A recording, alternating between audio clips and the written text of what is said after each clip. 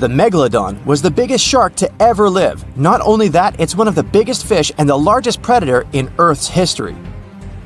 Over 3 times longer than the biggest great white shark on record, the females have also been found to be twice the size of the males. The megalodon could swallow a small car without even touching its teeth, if cars had been around then.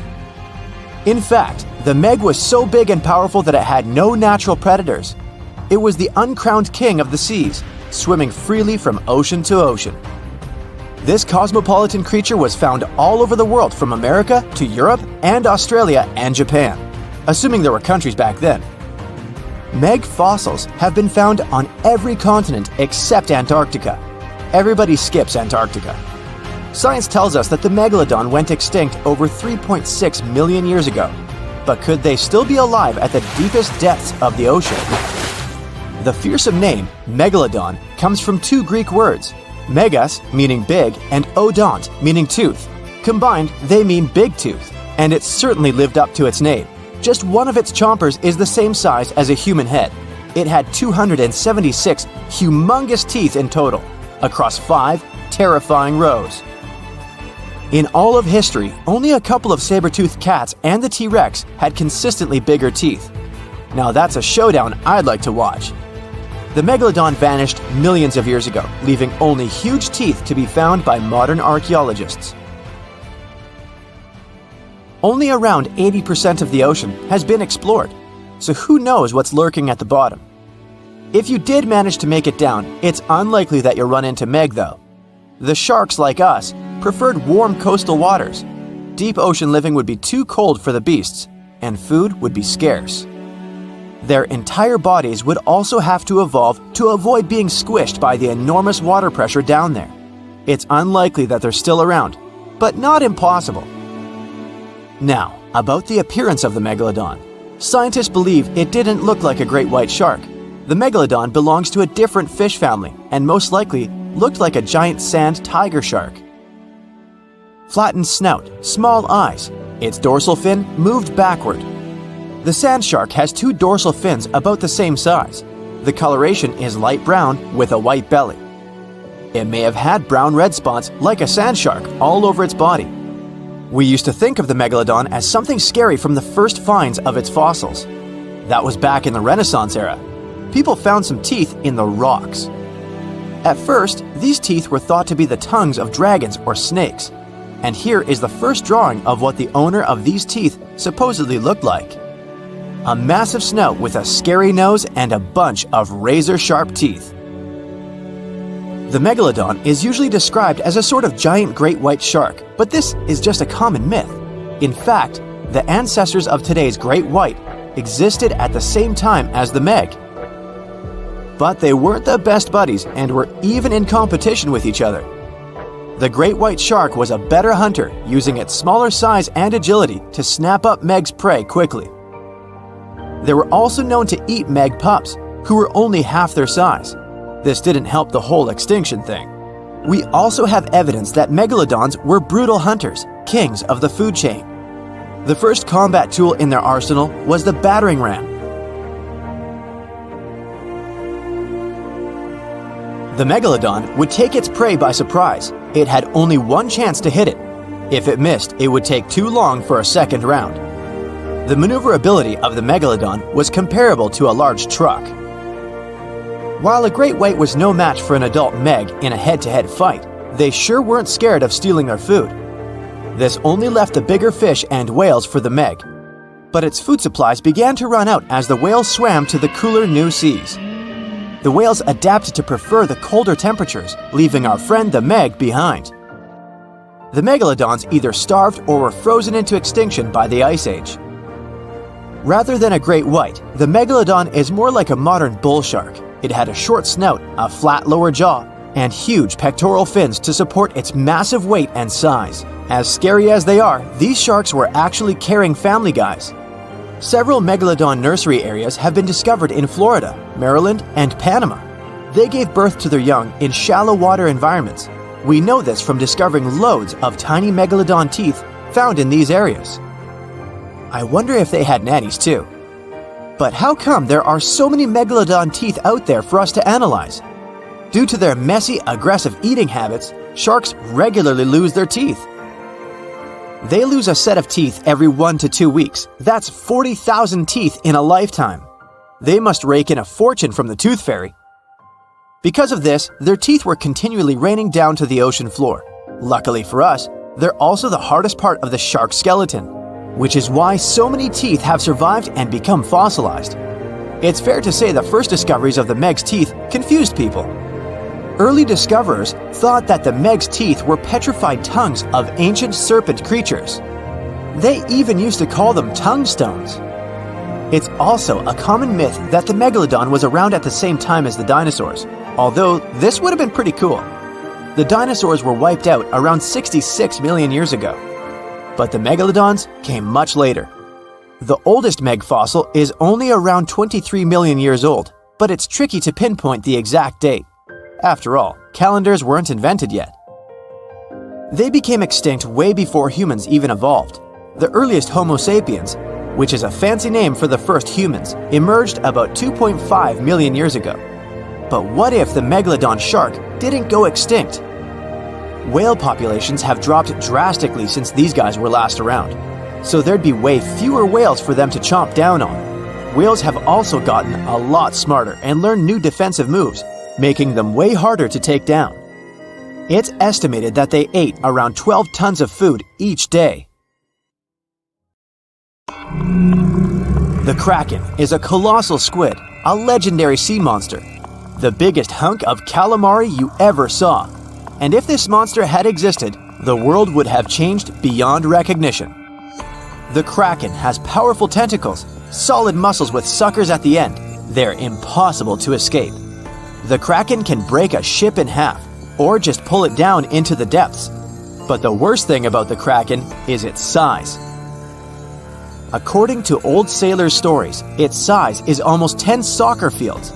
Hey, maybe the Kraken could play soccer.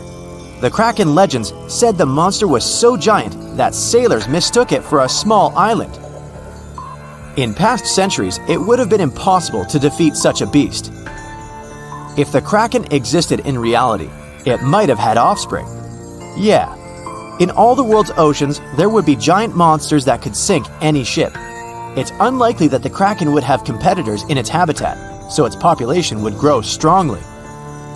Since the Kraken is enormous, it would need a lot of food, so the population of other large sea animals would fall significantly. Blue whales, great white sharks, other giant squids, all the big sea creatures would be endangered. The Kraken belongs to the cephalopod genus. This species includes squid and octopus, some of the most intelligent creatures on the planet.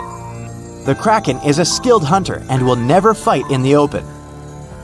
Colossal squids live in deep waters and they have the largest eyes among all animals. The squid's eye is the size of a dinner plate. Thanks to this, they can see their prey from far away. Similarly, a Kraken would spot the ship much sooner than sonar could pick up the Kraken. It would always have the drop on you. Well, that's not good. In 1857, a squid beak was discovered on the coast of Denmark. Other huge squid remains were found in the Bahamas, and then scientists were convinced that gigantic squids existed. While colossal squid have been officially discovered since then, it's been more than 100 years and we still don't know what the max size they can grow to.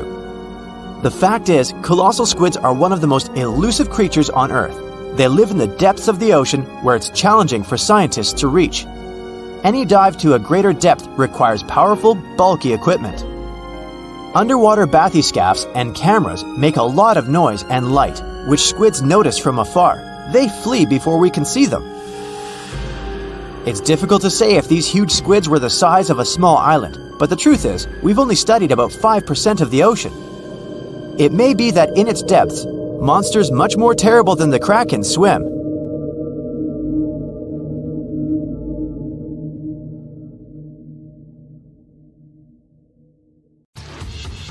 The sight of its fin in the water nearly stops your heart.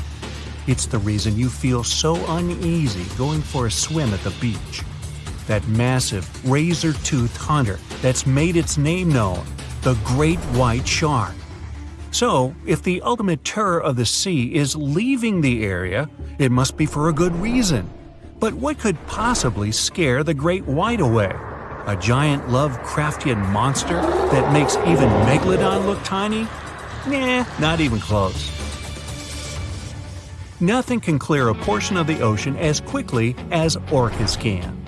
When their powerful pods come looking for food like seals and squids, even the biggest, scariest sharks leave the area without looking back. It's not known if these whales specifically target great whites, or they're just keeping the competition out of the area. But what marine experts do know is that sharks flee, sometimes not even coming back until the following year. Yeah, makes sense.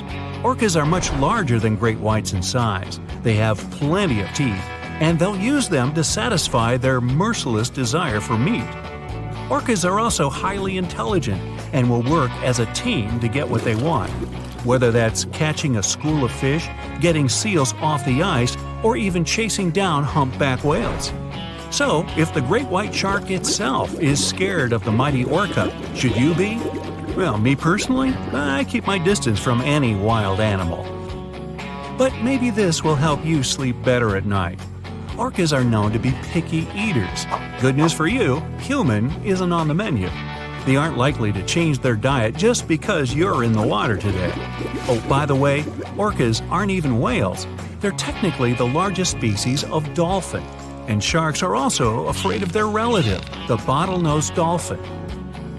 Even a single bottlenose is too powerful for a shark, but they're tougher when they travel as a pod. Sharks are easily outmaneuvered by the highly agile marine mammals. They use that blunt snout like a battering ram. This basically annoys the shark so much that it just leaves the area. Now, if you think about other top hunters in the animal kingdom, wolves always come to mind. Packs can take over vast territories. And since they're at the top of the food chain, they get to pick and choose from a large menu with anything they please. They're highly intelligent, fast, and agile, but probably their biggest advantage? Numbers. If grizzlies or mountain lions try taking advantage of them, the numbers game always works in the wolves' favor, leading to the hunter becoming the hunted. Even without numbers, they dominate and terrify. It's too hard for any other animal to target a lone wolf, so even they are usually left alone. Imagine being able to pounce a wild boar in below freezing temperatures while dressed in orange against a completely snow-covered white environment. Siberian tigers are clearly not playing around. Over 10 feet long and weighing up to 400 pounds, they're the largest of all wild cats. This kitty could easily jump right over your head while carrying double its body weight. The only animal that can really challenge this king of the forest is a large enough brown bear, and it'd be a close call.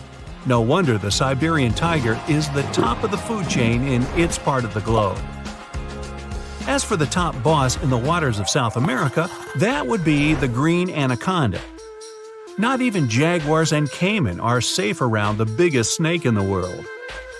The murky waters of riverbanks camouflage the giant snake perfectly. They go unnoticed, sitting there waiting for something to come have a drink. And then, whoosh, the snake strikes. It uses its sharp curved teeth and 15 feet of pure muscle to hold its lunch in place. Luckily for most animals, after eating their fill, anacondas can go weeks or even months without worrying about their next meal. But the world's biggest snake isn't the most dangerous. That title belongs to the black mamba. Lions, spotted hyenas, giraffes, and even elephants will avoid the mamba at all costs. They all know one bite can stop them very quickly. Growing up to 14 feet, it's the second longest venomous snake in the world after the king cobra. The African black mamba does hold the top spot as the world's fastest snake. It slithers along going 12 miles per hour. That's about where most treadmills max out.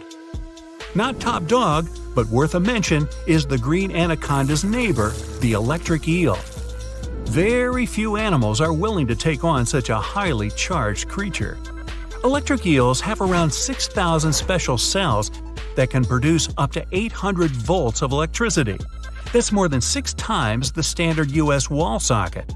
That's enough to knock a horse off its feet and to power holiday lights. In 2019, a Tennessee aquarium hooked some tree lights up to their eel tank. Every time the eel shot the water, the trees lit up. Now, it's been said that the electric eel can recycle its volts in a process called revolting. Nah, I made that up. One more truthful eel fact to knock you off your feet: electric eels are air breathers. They have to surface about every 10 minutes to fill their mouth with air. Yep, their single lung is in their mouth.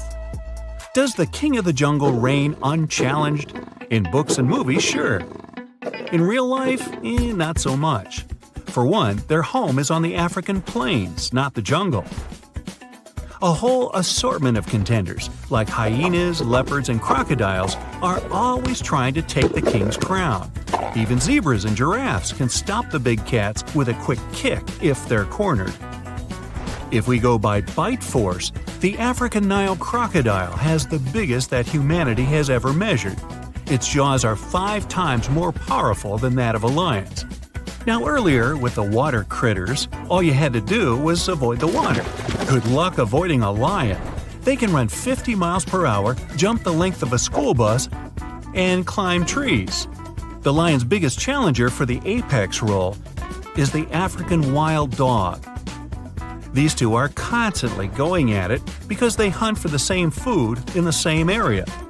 Where there's a big pride of lions, the dogs have no choice but to flee.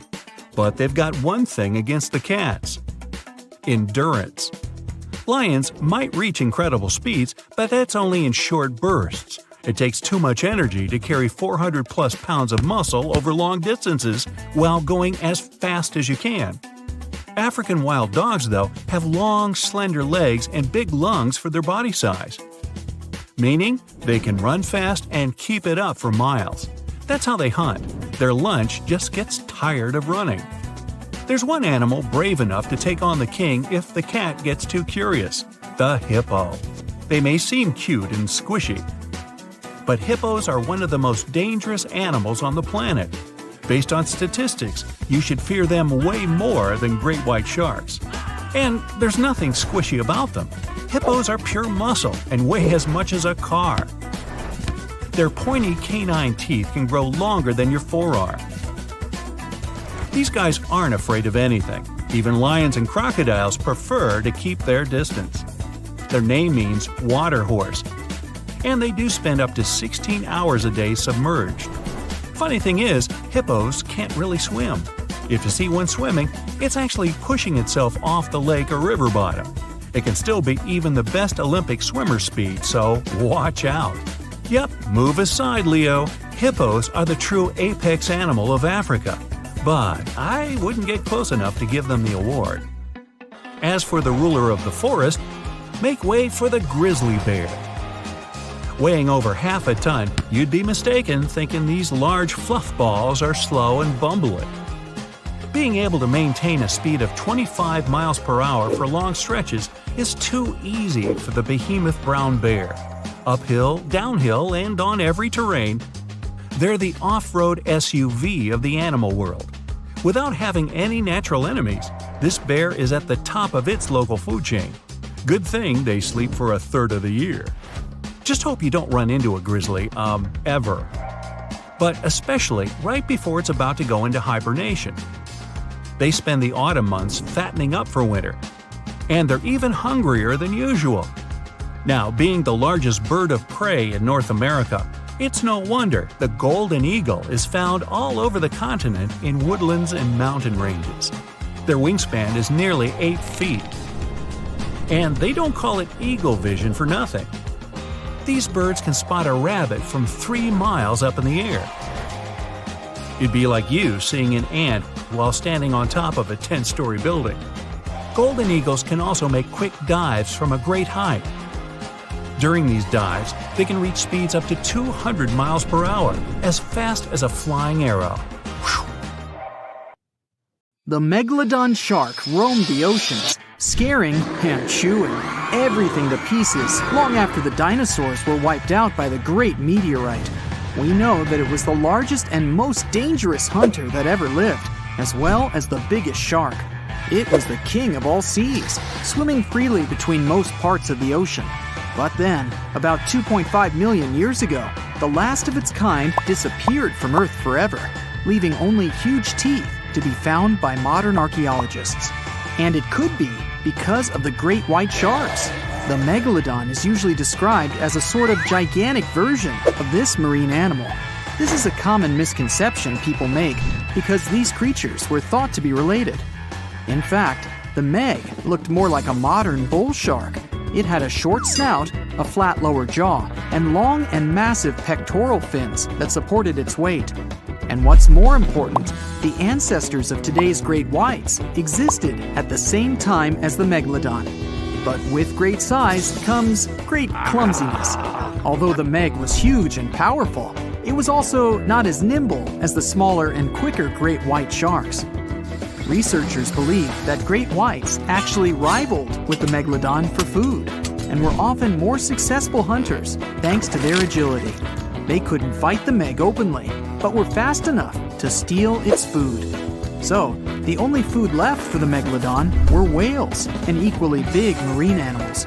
Adult megs could easily catch such beasts, but their offspring were much smaller and more vulnerable than their parents.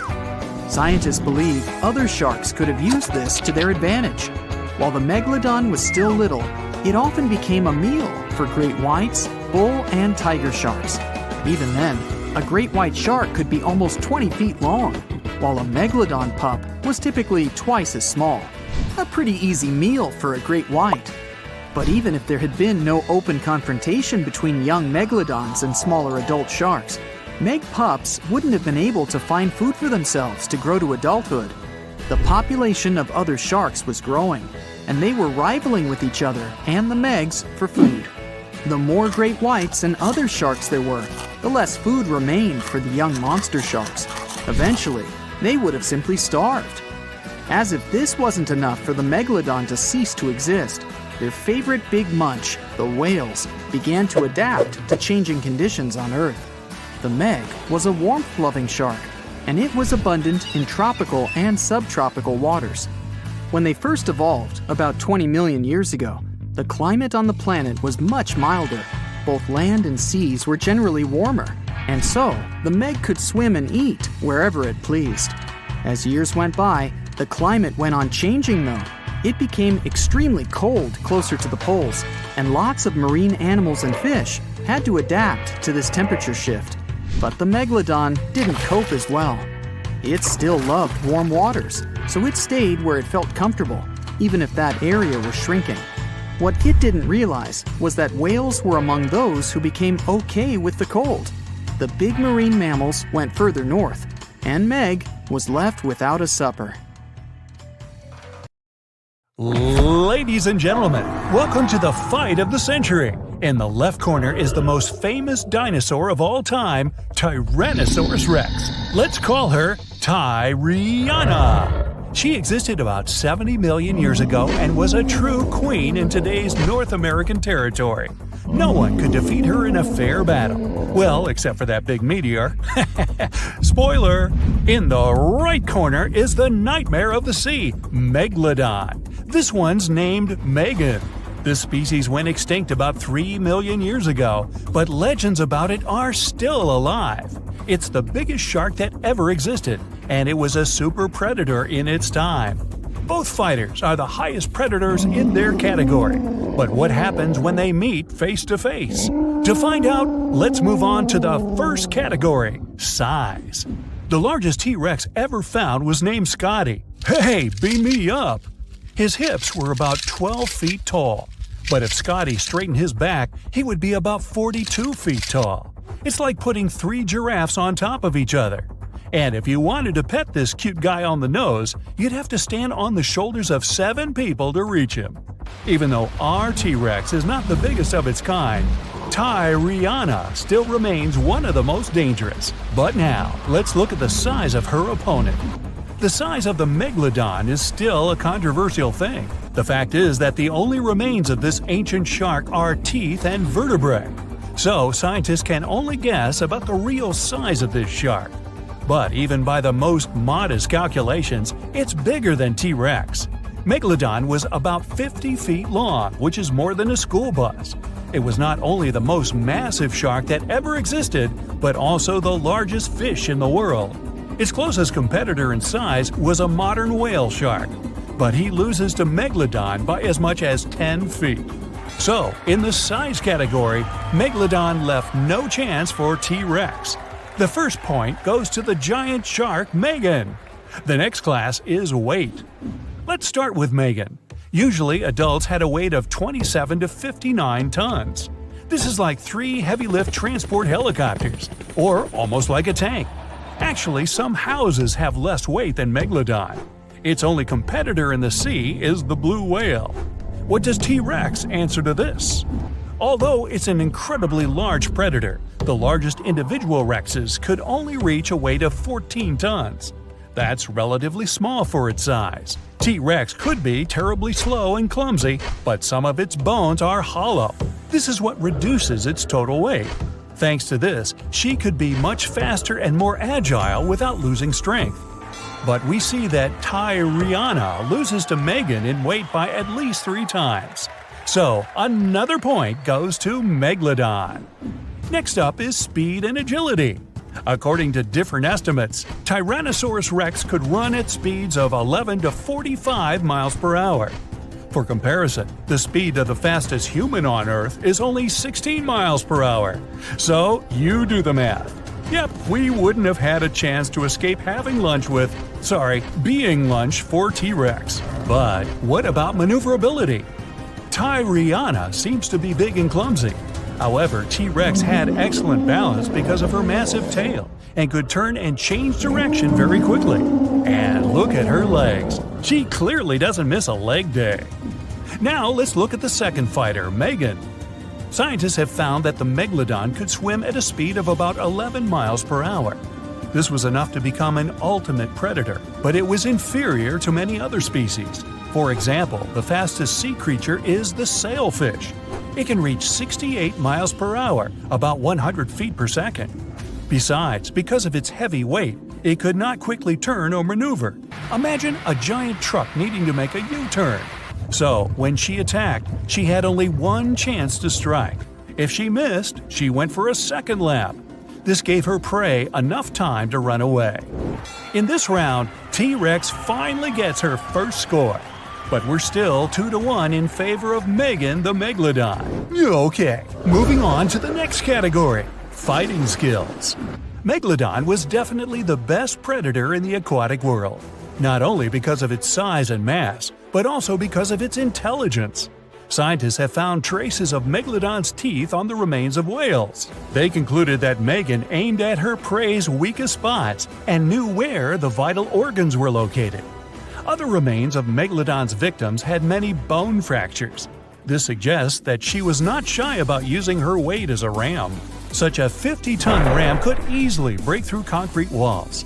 Some individuals prefer to attack the whale's tails and fins first to immobilize them, then attack a defenseless victim.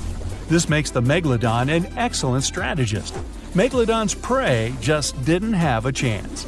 So, this shark had 2 main techniques: ram and ultimate bite. But the arsenal of T-Rex is much broader. Like a Megalodon, it had the strongest bite of its kind and also used a ram. Although its weight was not as big as Meg's, Tyriana could reach a much higher speed, and her impact was much more powerful than that of a shark. On top of that, she could strike with her tail, and her legs had a tremendous force and could hold the victim. No doubt the T-Rex arsenal is much more diverse. So this point goes to the dinosaur. Now it's time for the bonus category, the prize of audience sympathies. T-Rex is undoubtedly the most famous dinosaur of all time. It's appeared in movies, TV series, cartoons, video games, and even postage stamps and memes. And its skeleton in the American Museum of Natural History is the most recognizable in the world. But there are also many myths about it. For example, the idea that it could only see moving objects. In a famous movie, the heroes escape from a T-Rex by just remaining frozen in place. Well, first of all, a dinosaur could easily smell them. Secondly, T-Rex had an excellent vision. It was actually 13 times clearer than humans. Megalodon, on the other hand, has the reputation of a real devil. A scene where Megalodon destroys a fishing boat is still a cult favorite and frightening for viewers worldwide. But because there were so few remains left of it, we can only guess what it really looked like. So, Instagram T-Rex would be much more popular. T-Rex takes this point. Let's move forward. The score is 2-2. So the results of the battle will be decided by the last round. Combat tools. Tyrannosaurus rex had the most powerful bite force of its kind. It could easily break dinosaur bones much bigger than themselves. But the power of their bite was limited by their teeth. They had a weak layer of enamel and were quite brittle, though they rebuild quite quickly. Her front hands have sharp claws, but this weapon is mostly useless because of the structure of these arms. Megalodon has only one dangerous tool, its teeth. But they can be worth everything that T-Rex has. The teeth of the Megalodon were triangular in shape and were over 7 inches long. These are the most massive teeth that have ever existed, and it had 250 teeth, arranged in 5 rows. Each of them was incredibly sharp and could penetrate through the thick skin of whales. Also, the Megalodon's jaw was 6.5 feet wide. An adult person could easily fit in there, but not for long, because Megalodon had one of the strongest bites on our planet. The gong sounds, and it means it's time to start the fight. These two predators meet on the coast of North America. Megalodons mostly lived in deep waters, but sometimes they hunted near beaches. T-Rex was also in this area, and now these two predators have come face to face. In shallow water, the Megalodon becomes even slower, and T-Rex easily evades its bite. But it's difficult for her to attack the shark, because Tyriana's body size does not allow her to dive underwater. T-Rex decides to retreat to even shallower water. Megan the Megalodon drops, trying to bite the dinosaur, and just rams her with all of her 50-ton weight. The T-Rex loses her balance and falls down. Now, nothing can help her. Uh-oh. So, Megalodon proves again that she was the ultimate predator and could easily defeat the world's most famous dinosaur. So, you're swimming 2 miles down at the bottom of the ocean. Don't ask me how, just play along. It's cold and the pressure is intense. No fish in sight. Then, you notice a green, shiny thing. It's a cookie cutter shark. Its neck glows in the dark to attract fish and other delicious treats. The shark doesn't look like much. It's small, about the size of a cat. It has brown skin and large green eyes. But looks can be deceiving. Every night, this creature rises to the surface and goes after great white sharks, whales, even swordfish. If you look closely, you'll see a round mouth with a bunch of sharp teeth in it. They don't just bite, they work kind of like a saw. This one's called a cookie cutter shark because when it sees something delicious, it takes a cookie-shaped bite out of it. These sharks have even been known to disable submarines. Wonder what flavor they are. Our next shark is about the length of a car. Only about 100 of these sharks have ever been seen, but if you met one, you'd never forget it. It has a big mouth, a huge mouth, a mega mouth, like me. It's the mega mouth shark. You could easily fit in it if you curled yourself up.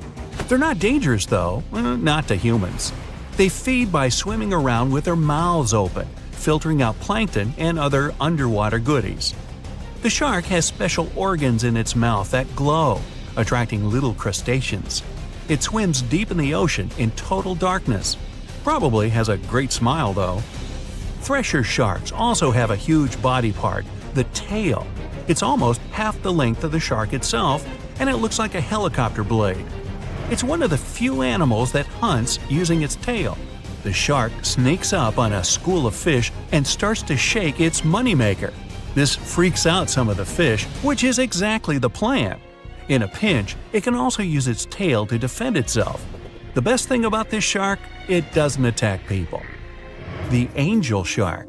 There are quite a few types of angel shark out there, but they're more shark than angel. They're flat like stingrays, and their skin is covered with patterns that help them blend in with the seafloor. Because of this disguise, divers sometimes accidentally touch them, which isn't the best idea. They're fast and have powerful jaws. Still, they prefer the taste of small fish to you. The horn shark has two ridges that look like horns right above its eyes. It's definitely the grandpa of the shark world. Not aggressive, swims pretty slowly, and is up late almost every night. Its two favorite meals, sea urchins and crustaceans. It moves its fin on the seafloor almost as if it had paws. But don't underestimate this guy. It has one of the strongest bites of any shark. It needs those strong teeth to crush the shells of its late-night meals. And if something tries to attack it, watch out. Horn sharks have sharp spikes on their fins. The award for the ugliest shark goes to the goblin shark, and it's not even close. From the outside, it already looks kinda weird, and is about the size of a pink underwater motorbike. It has a long tail and a seriously long nose. It lives way down in the depths of the ocean and loves to eat squid. It's not as fast as its relatives, but it's way more sneaky. It has a secret squid catching technique which is totally wild. The shark swims behind the squid. It's catching up, getting closer and closer, but the squid isn't slowing down, no way. It looks like the poor goblin shark won't have any lunch today. Then it opens its mouth. Its jaw is attached to folds of skin that mean it can literally throw its jaw out of its mouth. And it's a shark, so those teeth are sharp. That extra reach helps it grab its lunch, and when the meal's over, it pops its jaw back in its mouth. These sharks have been seen many times off the coast of Japan. They're actually named after the goblins in Japanese myths and fairy tales. There's only one thing out there cooler than a ninja shark. It's the ninja lantern shark. Imagine there's a tube you can slide down that takes you to the bottom of the ocean. It's too dark, you can't see anything. Suddenly, a glowing dot, moving around in the distance. It's coming closer, shooting towards you. It's a blue glowing head. Worse, it looks like this head doesn't have a body attached to it. The ninja lantern shark has black skin, so it's almost invisible in the dark. It's only the size of a human arm, but its small, sharp teeth are no joke. No one really knows why this shark glows. Maybe to attract tasty fish? Another theory out there is that it uses this light to communicate with its friends. It has friends?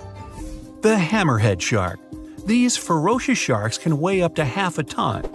They live in tropical waters all over the world, and they're one of the most recognizable sharks out there. Their eyes really are located on the sides of their hammerhead. This means they can see in almost all directions. They even have special neck muscles to lift their head up and down just to see that little bit better. Their favorite food? Stingrays. You know, those flat things that swim along the seafloor, camouflaged to look like sand and bits of rock. Stingrays get by blending in with their surroundings. Danger mostly just swims by. But the hammerhead's eyes see everything. Uh-oh. Great white sharks, hammerheads, and other large sharks live for about 25 years. But one shark can live much, much longer. The Greenland shark can live anywhere from 300 to 500 years. It lives mostly in the North Atlantic and Arctic oceans. It loves to swim deep down where it's dark, so it uses its nose to sniff out food. Since it spends so much time down there, it's figured out how to withstand the strong pressure. It's one of the oldest living, largest, and slowest fish on Earth. Just imagine, you're on an Arctic cruise and you see one of these sharks moving slowly through the freezing cold water. It might be 400 years older than you. Most sharks are omnivorous. They can go after dolphins, other sharks, crabs, sea urchins, smaller or even larger fish, hot dogs. Kidding about the hot dogs. But the bonnethead shark is a bit different. It eats algae for about half its meals. It's actually related to the hammerhead shark, but its head looks more like a shovel. Can you dig it? If you see this guy swimming around, you might think it's a sea snake or a huge water worm. Frilled sharks like to swim way down at the bottom of the ocean, like a lot of sharks. When they're chasing something delicious, they move kind of like a snake. And just like a snake, they like to gulp down their lunch all in one piece. But that doesn't mean they don't have teeth. They have about 200 nice and sharp ones. The saw shark has a long, flat, and seriously spiky nose. Those teeth on its nose never stop growing. Each tooth is equipped with electric receptors to help the saw shark feel around for nearby fish, like a ship's radar. When dinner's nearby, the shark swims up and strikes with its nose, waving it around like a knight showing off his skills. Meanwhile, you won't have time to blink if this guy floats past. Did you see it? How about now? Meet the fastest shark in the world, the short-fin mako shark. It can swim up to 35 miles per hour. That doesn't seem that quick on land, but underwater, that's fast. Slower than a cheetah, but faster than most dogs. It's warm-blooded, which is super rare for a shark. That helps it swim to cold and distant places where an ordinary shark simply wouldn't survive. The swordfish goes much faster. It can swim up to 60 miles per hour. It's not a shark, but it's still an amazing creature. In a race, the swordfish will usually come out on top, but it's not just fast, it's ingeniously fast. It has a gland next to its nose that pumps out a special oil. This oil spreads through its nose and comes out through tiny holes. This special oil is waterproof, which lets the swordfish glide through the water at high speed.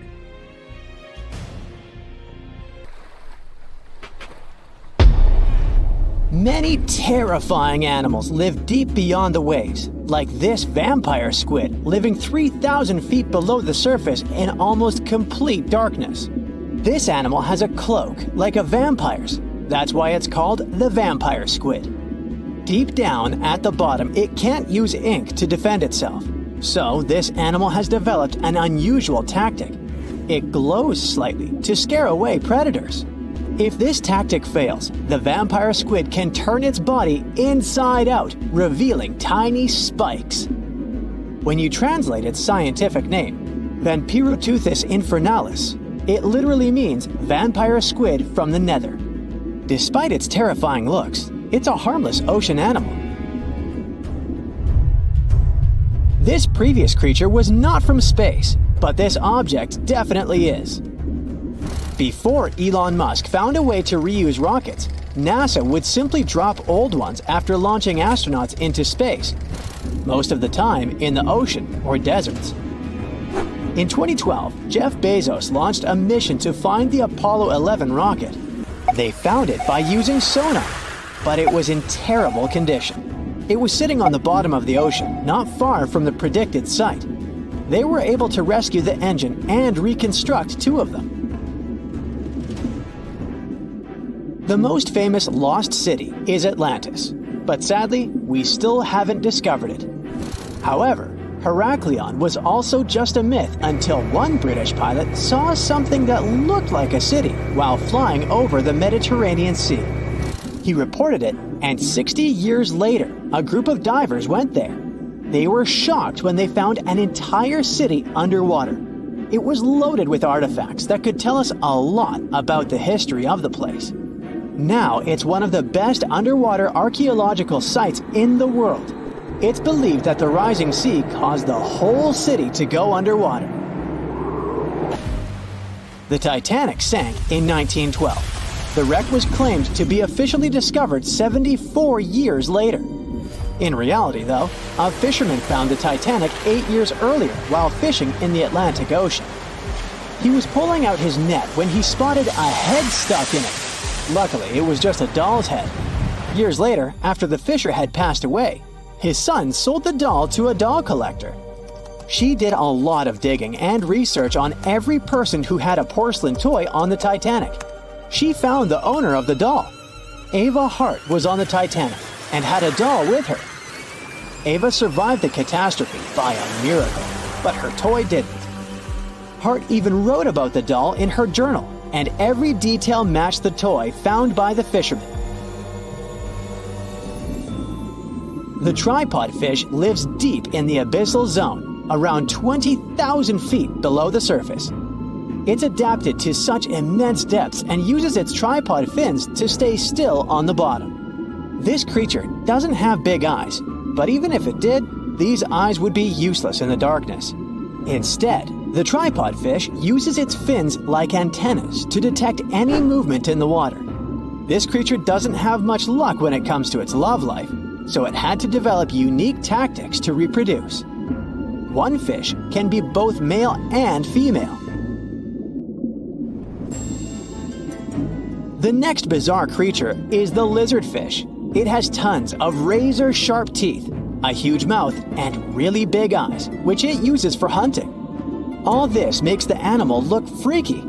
The lizardfish lives at depths of around 11,000 feet in the midnight zone, where there is zero light. This freak of nature basically eats everything it can fit inside its mouth, from small fish to other lizardfish. On the other hand, when they see other reptile fish, they probably fall in love instead, because finding mates at those depths is not an easy task.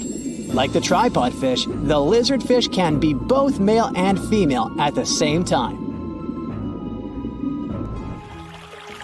When you think of a river, you usually picture it on land. Still, nature is quite unpredictable, and it created a river flowing under the ocean in California. It's running at a depth of around 2 miles. This river has everything that an ordinary river has: sunken logs, trees, and rocks. And despite its uniqueness, it's not the only one in the world. There are also others in the Amazon and Greenland. A terrifying creature was discovered near Angola's coast by a remote operating vehicle. It looks like it doesn't have a head or a body. It was sitting at a depth of around 4,350 feet below the surface. After doing research, scientists concluded it wasn't anything from a sci-fi movie. It was just a cluster of siphonophores stuck together. In 2015, some random guy was diving in Caesarea, and something shiny caught his eye. He reached out, grabbed it, and realized it was a gold coin. After that, he examined the bottom and found out that there were many more. He reported the incident to the local authorities, and they concluded that he had found Arabic treasure. The coins were made of solid 24-karat gold and were a few thousand years old, but due to the perfect salinity and temperature, they looked brand new. The coins belonged to a ship carrying cargo. It was caught up in a storm and unfortunately sank. One of the weirdest things ever discovered was found in the Baltic Sea. It's an anomaly that looks as if it was created by a different civilization. It was discovered by Swedish researchers, and they basically had no idea what it was. They had to ask tons of other scientists for their opinions. When you look at this formation from above, it's 200 feet long and looks exactly like a fallen spaceship. It's hard to believe that it's a natural formation, but spoiler alert, it's totally made by nature because the Baltic Sea has gone through many erosions throughout history. Most likely, the bizarre formation is the result of these processes. A group of divers in Madagascar were shocked when they found this 7-foot monstrosity of a knife on the seafloor. The speculation started immediately, and many said that the knife was from some giants that had fought megalodons and lived on Earth thousands and thousands of years ago. That could make a nice story, but the knife is most likely a movie prop that was lost at sea. One of the ocean's most bizarre animals is the frilled shark. It's believed that this fish is the reason for all those sea serpent stories that sea explorers of the past wrote about. These animals live pretty deep in the ocean, but sometimes they can be seen in shallow waters. It's super rare, but possible. The frilled shark has a big mouth sporting around 300 teeth. It also has a long body that looks like a lizard's, and it is truly a unique species of shark. Its prey can be half of its size because this shark's stomach is like that of a snake, and it can swallow huge fish or crustaceans. Spotting a few worms in your garden is no big deal. But after seeing a 26-foot-long one in the ocean, you will make your wetsuit a little wetter. This worm is super rare, and it's completely harmless to humans. It's actually not a giant worm. It's a cluster of zooids that are stuck together in a worm-shaped formation. They usually only eat plankton, bacteria, and other tiny things that can be found in the ocean.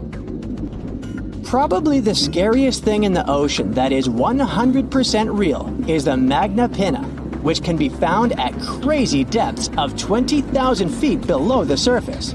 This monster looks like an underwater Slender Man, but it's just a squid with really long tentacles that can reach a terrifying size of 8 feet.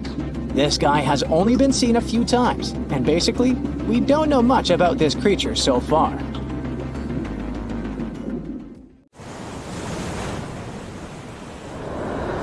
The kraken is a colossal squid, a legendary sea monster, the biggest hunk of calamari you ever saw.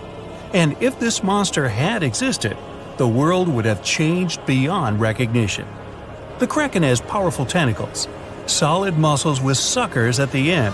They're just impossible to escape. The kraken can break a ship in half or just pull it down into the depths. But the worst thing about the kraken is its size. According to old sailor stories, the kraken reached 5,000 feet in length. That's almost 10 soccer fields. Hey, maybe the kraken could play soccer. The kraken legend said the monster was so giant that sailors mistook it for a small island. In past centuries, it would have been impossible to defeat such a beast. If the kraken existed in reality, it might have had offspring. Yeah, in all the world's oceans, there would be giant monsters that could sink any ship. It's unlikely that the kraken would have competitors in its habitat, so its population would grow strongly. Since the kraken is enormous, it would need lots of food, so the population of other large sea animals would fall significantly. Blue whales, great white sharks, other giant squids, all the big sea creatures would be endangered. Many people are starving because of the reduction of large fish in the ocean. Urban economies that rely on fishing will be in decline. Prices for small fish around the world are getting more expensive because it's unsafe to fish. To defeat the kraken, you need powerful weapons, but the monster is tough to catch. The kraken belongs to the cephalopod genus. This species includes squid and octopus, some of the most intelligent creatures on the planet. The kraken is a skilled hunter and will never fight in the open. So, what can you do? You can't track the kraken because it approaches from the depths, not the surface. Though you may be able to tell that the monster is somewhere nearby if a lot of fish surface. When the kraken swims, it scares all the fish in the vicinity. But it might already be too late. A huge tentacle emerges from the water, resembling a high tower. This tower falls on the deck of the ship, shattering it. The sailors scream and run. The kraken lands a second blow, and the vessel is almost capsized. Next, the kraken wraps its giant tentacles around the ship and pulls it to the bottom. Oh boy! What if the sailors managed to detach the ship from the tentacles of this monster? With the help of powerful weapons, the ship's crew strikes back. The kraken retreats under the water. It's hurt, angry. It seems the battle is over, but here comes the worst. A whirlpool forms beside the ship. Thanks to its considerable weight, when the kraken dives, it creates a whirlpool behind it. Like a drain in a giant bathtub, this whirlpool sucks the ship down. The battle with the kraken is lost. Well, that was unfortunate. You might be able to defeat the monster if you can anticipate its attack in advance. But the kraken can see you and your ship before you can see it. Colossal squids live in deep waters, and they have the largest eyes among all animals. The squid's eye is the size of a dinner plate. Thanks to this, they can see their prey from far away. Similarly, a kraken would spot the ship much sooner than sonar could pick up the kraken. It would always have the drop on you. Well, that's not good. Around the world, cargo transportation by ship is declining. Airlines provide the only safe connection between the continents. This will increase air pollution. The most successful enemy of the kraken is submarines. They travel at great depths and are equipped with powerful echolocators to help detect the kraken in advance. Subs are well armed too, and the round metal body is not so easy to destroy. A single kraken may be defeated by a submarine, but what if there are several sea monsters? 3 kraken can wrap their tentacles around the submarine and drag it deeper into the water where the pressure will destroy their enemy. In other words, they'll have a crush on you.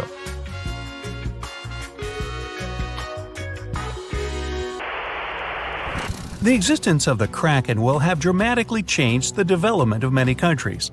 What if Christopher Columbus, on his famous journey, noticed an island that he thought was the New World? He approaches it, but tentacles emerge from the island and sink Columbus's ship. The colonization of North America is delayed, maybe until airplanes are invented, and the first crewed flight wasn't until the 20th century. There would be no Hollywood, there would be no hamburgers, no famous American music playing. There wouldn't be YouTube, which means you wouldn't be watching this video right now. Worst of all, the internet wouldn't exist either. And all this because of one stupid monster squid. The Vikings wouldn't sail on their long ships to raid and settle foreign territories. The history of Norway, Sweden, Finland, and other Nordic countries would have changed drastically. Hey, maybe the Titanic wouldn't have hit an iceberg, but a giant sea monster instead. Though it's unlikely that people would take trips on huge ocean liners in a world where the Kraken exists. Maybe though, the Kraken isn't all that aggressive. Still, they need a lot of food, and because of the growing population of these monsters, there will be much less food in the ocean. Therefore, the Kraken will increasingly come to the surface for hunting. In the future, the Kraken will migrate closer to the shore. In many countries, people then are not allowed to swim in the ocean. Imagine floating on the waves and a monster the size of a skyscraper is swimming right below you. Relaxing at sea and on the beach will no longer be popular. Many countries that live off tourism become impoverished. When the krakens grow hungrier, they try to capture prey from land. A huge squid could attack small port cities. Houses, docks, streets, everything can be crushed. A tremendous amount of plastic is thrown into the ocean near the coasts of large countries. Billions of tons of plastic will bother the kraken. An angry, hungry monster can attack bridges like the Golden Gate Bridge. Imagine that a huge squid surrounds the bridge and blocks all traffic. Some of these squids could break the strong cables with their power, and the entire structure would collapse into the water. Ooh! It's good that the kraken doesn't really exist to swim in our seas and oceans, at least as far as we know. But could the monster have actually existed? Legends stretch back years, but scientific evidence appeared in the middle of the 19th century. In 1857, a 3-inch diameter squid beak was discovered on the coast of Denmark. Other huge squid remains were found in the Bahamas, and then scientists were convinced that gigantic squids existed. While colossal squid has been officially discovered since then, it's been more than 100 years, and we still don't know what max size they can grow to. The fact is, colossal squids are one of the most elusive creatures on Earth. They live in the depths of the ocean where it's challenging for scientists to reach. Any dive to a greater depth requires powerful, bulky equipment. Underwater bath escapes and cameras make a lot of noise and light, which squids notice from afar. They flee before we can see them. The legend of the kraken probably appeared because of a real colossal squid. People in the past didn't know about these creatures' existence, so when they saw one for the first time, they described it as a massive, terrible monster. It's difficult to say if these huge squids were the size of a small island, because the truth is, we've only studied about 5% of the ocean. It may be that in its depths, monsters much more terrible than the kraken swim. Like my nephew, Peter.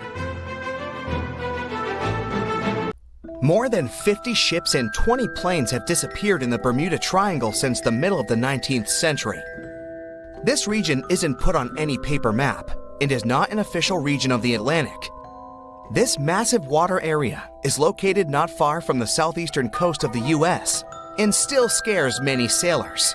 But you aren't afraid and want to prove that there is nothing special in this place. You sail to the center of the Bermuda Triangle on a small fishing boat. You turn off the engine and wait. Several hours pass. The sun goes below the horizon. Night comes. You're about to return to the shore, but suddenly, it becomes too quiet. Then, you hear a splash of water. You look overboard and see hundreds of fish swimming to the surface. Something big scared them away. Something that comes straight from the depths. The next second, you notice big sparkling eyes and long tentacles reaching for the boat. It seems that one of the most terrible myths about the Bermuda Triangle turned out to be true.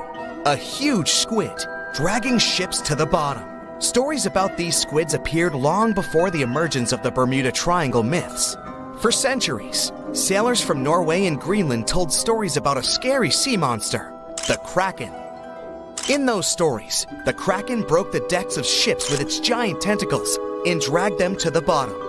The approach of this creature is impossible to see since it's coming to you not from the side, but from below. But all these were just stories. Only in the 19th century, scientific evidence of the existing of these monsters appeared. A beak of an unknown squid was found on the coast of Denmark. The size of the find was about 3 inches in diameter, which is about the size of a human palm. Then, it became clear that the Kraken was real, and it's just one variety of giant squid. Since then, more than 21 species of giant squid have been described, but the first video with this monster was recorded in 2004 in the waters of North Atlantic, not far from the Bermuda Triangle. Marine biologists used a lure to draw the squid out of the depths. The huge monster was about 30 feet long, which is about half a subway car. It suddenly appeared out of the ocean darkness and quickly attacked the lure, squeezing it with its tentacles. After that, many cases of squid have been recorded on photos and video. Huge squids were washed up on the shore, swam past ships. According to some records, the largest monster ever found was 59 feet long and weighed almost a ton. This is the size of a big bus. Some scientists believe that giant squids can reach 150 feet in length, which is almost twice the size of a basketball court.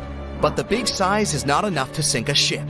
The first thing that helps squids do this is the surprise effect. Squids come from the depths, which mean they can be seen from the deck, but the monster can see a boat from afar. It has the biggest eyes in the world. One eye is about the size of a basketball. The eyesight of a giant squid allows them to see prey in the Black Sea depths and from a big distance. Most sea creatures on the planet can't see in such conditions. So, the squid notices your ship and decides that it's food. It quickly approaches the boat and attacks with its tentacles. The squid has 8 limbs and 2 extra longer tentacles the monster uses to bring food to the beak-shaped mouth. The others are covered with dozens of suction cups filled with sharp teeth. Nothing can escape if the squid grabs it. The squid wraps its tentacles around your boat. With the teeth on each arm, it bites the deck. 2 long tentacles can grab you while you're running around in panic. The squid can rock the ship from side to side until one of its parts sinks in the water. You fight off 2 long tentacles and fall off your feet. The squid's 8 arms are squeezing stronger. You can hear the boat's hull cracking. The squid is big, but still can't sink a large metal object. Possibly, it couldn't have sunk huge ships that disappeared in the Bermuda Triangle. You see how the squid swims away into the depths. You're lucky this time, but you definitely wouldn't handle 2 such monsters. The existence of giant squids was proven more than 150 years ago, but people still don't know anything about them. The fact is that they are some of the most elusive creatures on Earth. They swim fast, spending most of their time at depths of 1,300 to 3,000 feet. To descend there, people need sturdy submarines and bulky equipment that create a lot of noise. The squid will notice them much earlier and swim away. Scientists don't know anything about their behavior, social life, habits, or a distance they swim during the day. And most importantly, we don't know how many of them are hidden in the water. The ocean is only 5% explored. It's possible that millions of giant squids swim in the sea depths. Just imagine hundreds of giant tentacles reaching out to a group of ships sailing through the Bermuda Triangle. In the past centuries, they could easily sink an entire fleet, since the ships were made of wood and were lighter. Squids wrapped decks with their strong tentacles, made holes in the ship's bodies with their sharp beaks. Toothy suction cups could break the masts and tear the sails. The water was filling the holes and slowly rising to the deck. The ship sank in a matter of minutes. Survivors reached the shore and told everyone about huge monsters. This is how the legends of the Kraken appeared. Fortunately, now people have sonars and equipment for monitoring the sea space. You start the engine to swim to the shore and notice that about 30 tentacles are reaching out to you from the water. 3 giant squids squeeze the boat from all sides and pull it down. It looks like there's no way out. You look overboard and see black eyes looking right at you. At this moment, you find a solution. Squids spend their whole life in darkness and are afraid of the light. Fortunately, you have a signal rocket. You use it to scare the monsters away. Squids go back down into the water, but apparently not for long. You release a few more rockets into the ocean and scream in fear. The red light illuminates the sea darkness, and you see hundreds of moving tentacles. They quickly swim away from the fire to a safe distance. At full throttle, you're sailing to the shore and releasing all the signal fires into the water. You don't give the squids a chance to get close to you. Finally, you get to land, confident that you will never return to this place. The bad news is, these creatures swim not only in the Bermuda Triangle. People found giant squid in the oceans all over the world. Yeah, it's possible the giant squid is the main reason for the disappearance of ships, but this doesn't make the Bermuda Triangle a unique place. Boats and cargo ships disappear all over the Atlantic Ocean. The Triangle is not even included in the top 10 of such places. Also, this area is one of the most popular shipping routes of the Atlantic. And the more ships sail in one place, the more ships are lost. Many scientists believe the reason of the disappearances here is strong storms and hurricanes. Bermuda is located in an area of high pressure, which diverts thunderstorms towards the triangle. The waves reach such sizes here that they can turn ships over. Thunder and frequent flashes of lightning disable planes. The Earth's magnetic field is weakened at the location of the triangle. This field works as a shield, which repels solar particles. Here, solar radiation passes through the upper layers of the atmosphere and can negatively affect the electronics operation. Also, there is a theory that says that the Bermuda Triangle is the center of a magnetic anomaly. But scientists made many checks of the magnetic map of this region and haven't found any oddities. I have news for you. Rats are ticklish. Well, I thought it was news. Anyway, they have a so-called laugh center in their midbrain, and it activates when someone tickles the animals or when they engage in some fun and playful activities. Scientists discovered this in 2016 after tickling the rodents on their bellies and listening to their squeaky giggles. Now, hummingbirds are the only birds we know about that can fly backward. They mostly do it when they want to move away from flowers. And here's an animal that can't go backward, a kangaroo. They can hop around and cross great distances, but the structure of their strong rear feet and big tails prevent them from walking backwards. Narwhals are those weird creatures that look like some sort of sea unicorns. That horn on their head is not a tusk. It's a giant tooth that sticks out through the upper lip of male narwhals. This tooth is probably one of the tools that plays a role in attracting ladies. Now, flamingos are not actually pink. They're born gray, but throughout their life, they eat lots of algae and other foods that contain a red-orange pigment we know as beta-carotene, like in carrots. This pigment gets broken down and ends up in their skin and feathers, which is what makes them pink. They need to eat a lot of such food to stay like that, though. If we humans wanted to change our skin color, we wouldn't be able to eat enough food rich in beta-carotene to really turn pink, or in our case, maybe even orange. Sloths are really slow. All the jokes and memes about them are true, but they're also very skilled swimmers, and they move in the water around 3 to 4 times quicker than on land.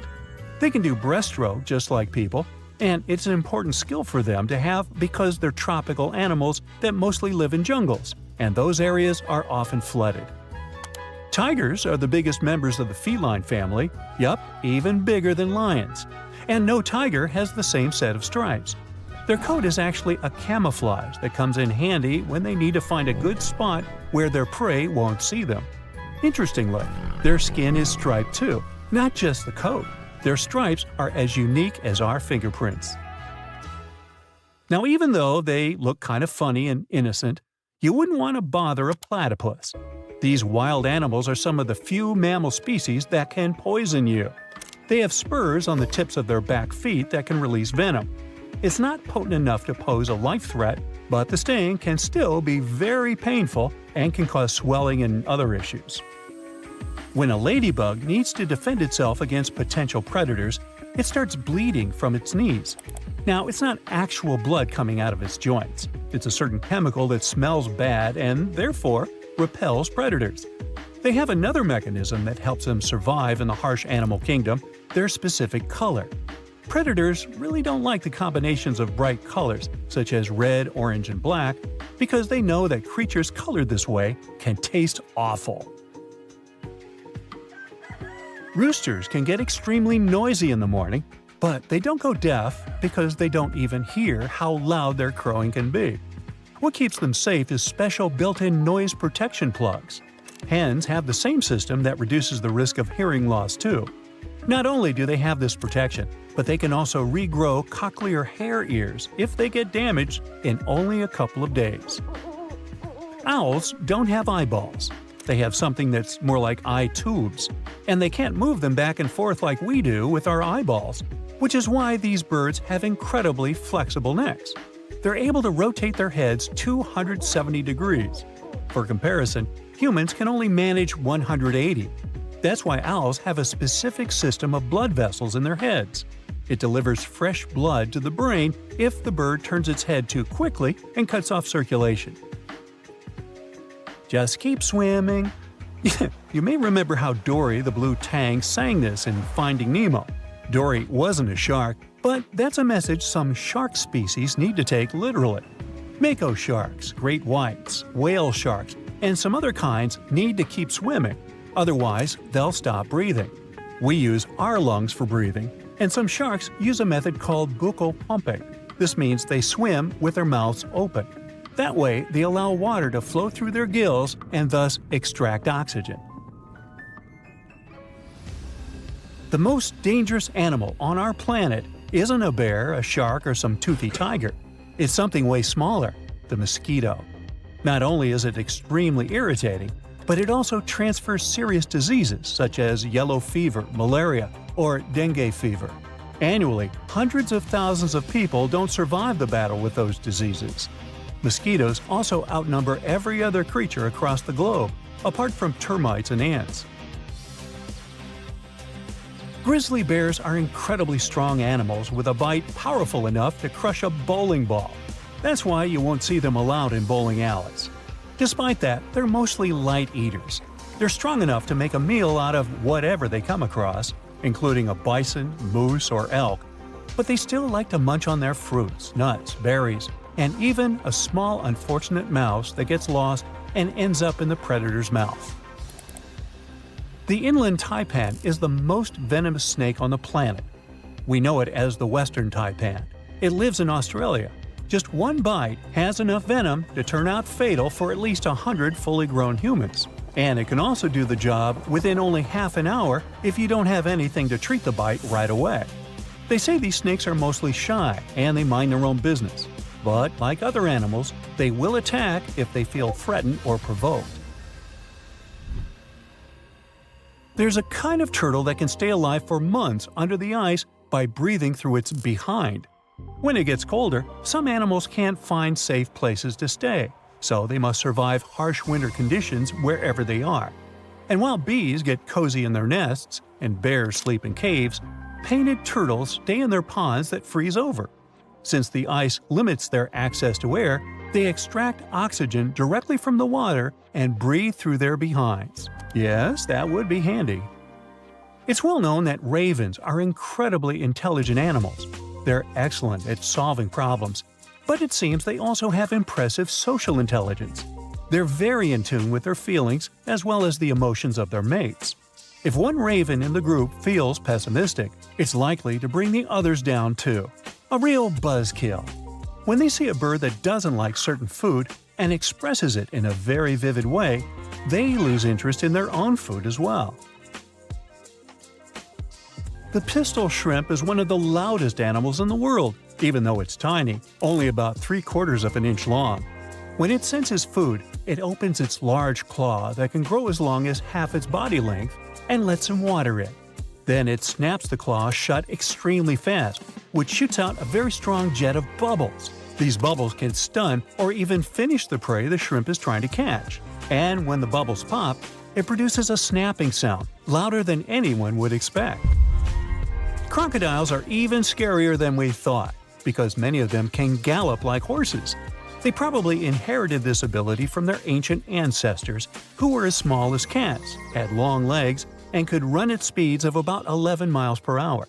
Smaller crocodiles probably gallop when something's after them, but caimans and alligators obviously don't need to use this skill. It's you who's more likely to gallop away when you see them.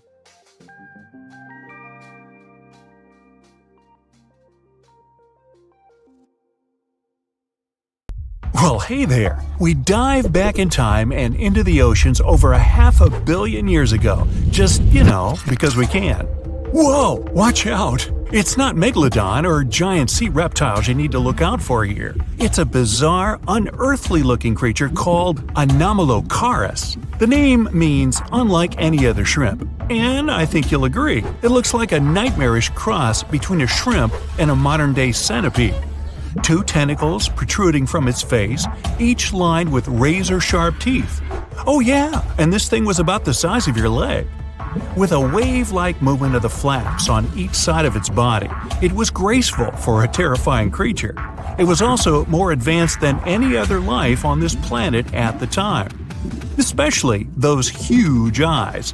You have only one lens in each of yours.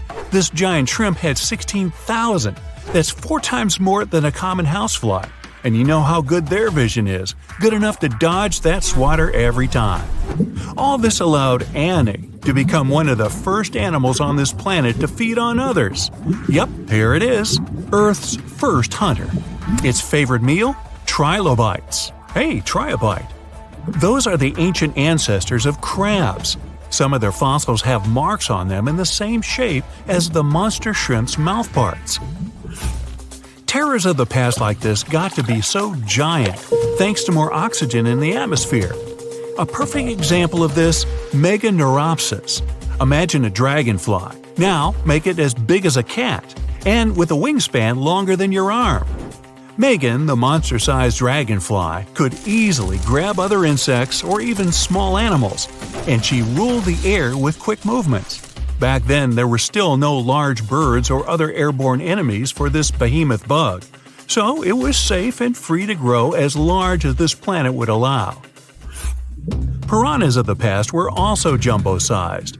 Mega piranha was about 3 times the size of the river terrors we have today. Its bite force was about the same as a tiger's, and those striped kitties bite down 2 times harder than lions. That means it probably not only dined on other fish and any land creatures that, got too close to the water, but it could also easily crunch down on large turtles and other unlucky shelled creatures. And fun fact, modern-day piranhas bark like dogs when they're about to enter a confrontation. It actually sounds more like a frog's ribbit. But makes you wonder, what did this mega-sized ancient cousin sound like? A bear roaring? How about giant sea scorpions the size of your bed? Go back about 460 million years and you'd see them swimming under you. And watch out for that tail. Scientists still don't know if these creatures could use it to inject venom like your standard land scorpion. But something tells me I wouldn't want that thing anywhere near me. Then there's this guy, Therizinosaurus. Terry looks sort of like a goose with long arms. Oh, and did I mention this goose dino is about 2 stories tall and longer than a bus? Yow! Its arms make the T-Rexes look even more bite-sized, each 8 feet long, almost triple the length of T-Rexes. And on the end, razor-sharp claws the size of your whole arm. Now, don't worry about those lengthy claws too much, though. Terry probably used them to cut through giant termite nests. So, this huge reptilian goose was more interested in eating bugs and plants. Another mega monster for you? Megatherium. The giant ground sloth could look a giraffe straight in the eye and weighed as much as a hippo. It moved mainly on its hind legs and used its massive tail as support. He had huge paws with colossal knife-sized claws. The sloth could use them to defend itself from enemies and to bend tree branches in search of food. But the biggest danger to the giant ground sloth wasn't dinosaurs or saber-toothed tigers, it was our own species. Yep, humans showed up just in time to meet this fellow, and to, eat him up. Titanoboa was a terrifying 50-foot snake, as long as the great megalodon itself. It was also more than 2 times heavier than the heavyweight champion among snakes today, the green anaconda. Crocodiles were a regular on this serpent's menu. Titanoboa could swim 3 times faster than the fastest Olympic swimmer our species has ever seen. It was quicker and more dangerous in the water than outside it. And don't forget the boa part of the snake. This massive snake wasn't venomous. Instead, it liked to squeeze. Remember that giant shrimp from earlier? Well, Opabenia looks like its teeny-tiny finger-sized cousin. And instead of 2 toothy tentacles, this thing had a vacuum hose coming out of its face. On the end of that trunk, what looks like a single crab claw. Add 5 eyes and a mouth under its head, and you've got a recipe for something not of this planet. Only it is. This creature used its trunk like an elephant does. Its claw grabbed food from the bottom of the ocean and brought it up to its mouth. This thing is so weird-looking that, apparently, when the scientist who discovered it presented his findings to an audience, they all laughed as if he were joking. Now, a real-life monster, the Tully monster. From a distance, it looks a bit like Nessie, that long neck and teeth-lined jaws. But get closer, and you'll see it's more like a long nose with a mouth attached at the end, like a mosquito. Its eyes are further back, sticking out of tubes all snail-like. Tully was an ancient mollusk, about the size of your forearm. It probably dined on jellyfish and shrimp 300 million years ago. Thylacus smilus will put a smile on your face as long as you don't get too close. No, it's not a relative of the saber-toothed tiger. It was a marsupial, making it more related to a kangaroo than anything. And if you compare them to body size, its fangs were actually longer than a saber-toothed tiger's. And they grew continuously. As for that beard on its chin, that's actually all chin. The lower jawbone grew down to a point under the mouth. Those fangs were rooted to the skull, going way back to its eyes. When the mouth was closed, that bony beard protected the long, sharp teeth from breakage. Staganapolis, not to be confused with Minneapolis, might look like a big crocodile with a squished-in snout, but it was mostly harmless. Its small head and very few teeth meant the reptile didn't have much to work with when protecting itself. That's what all those armored scales were for, and no need for huge fangs or long rows of razor-sharp teeth when you're a plant eater. That beak-like tip on its nose allowed the stag to dig up plants. So, really, this reptile was more like a 10-foot scaly pig than a croc. Basilosaurus was a type of ancient whale that lived on our planet about 45 million years ago. Not quite as long as a blue whale, but this guy was still big enough to munch down on other whales and even sharks. Some people believe these monsters could still exist today. Eyewitnesses claim to have seen a giant sea dragon, and Basilosaurus fits the description. Plus, 90% of our oceans are unexplored. There's plenty of space to hide a sea monster. But scientists haven't found any fossils of this ancient whale younger than 3.7 million years. So, this myth is busted. Stegosaurus is one of the most recognizable dinosaurs that ever lived. It can easily be distinguished by those huge spikes on its tail and the bony plates on its back. It was twice as long as a giraffe and nearly 5 times heavier. But compared to its body size, it had the world's smallest brain. It was no larger than a dog's. Pelagornis had the largest wingspan of any bird ever discovered. It was twice the size of the largest bird today, the wandering albatross. Such huge wings made it hard for the bird to take off. It could only do so by jumping off cliffs. And when it finally spread its wings, this giant could only go about 40 miles per hour. The fastest bird today can reach speeds 5 times that. It was one of the biggest creatures ever to roam the earth. It was longer than your average school bus and could easily weigh more than 10 elephants combined. But where did it live? How did it end up having this size? And most importantly, why is it extinct nowadays? Let's find out. The megalodon was the largest predator ever known in our planet's history. In terms of its location, the megalodon lived practically in all waters on our globe, except near the poles. The reason why there were no megalodon teeth found in Antarctica is probably that the gigantic creature adapted to only warm tropical and subtropical waters.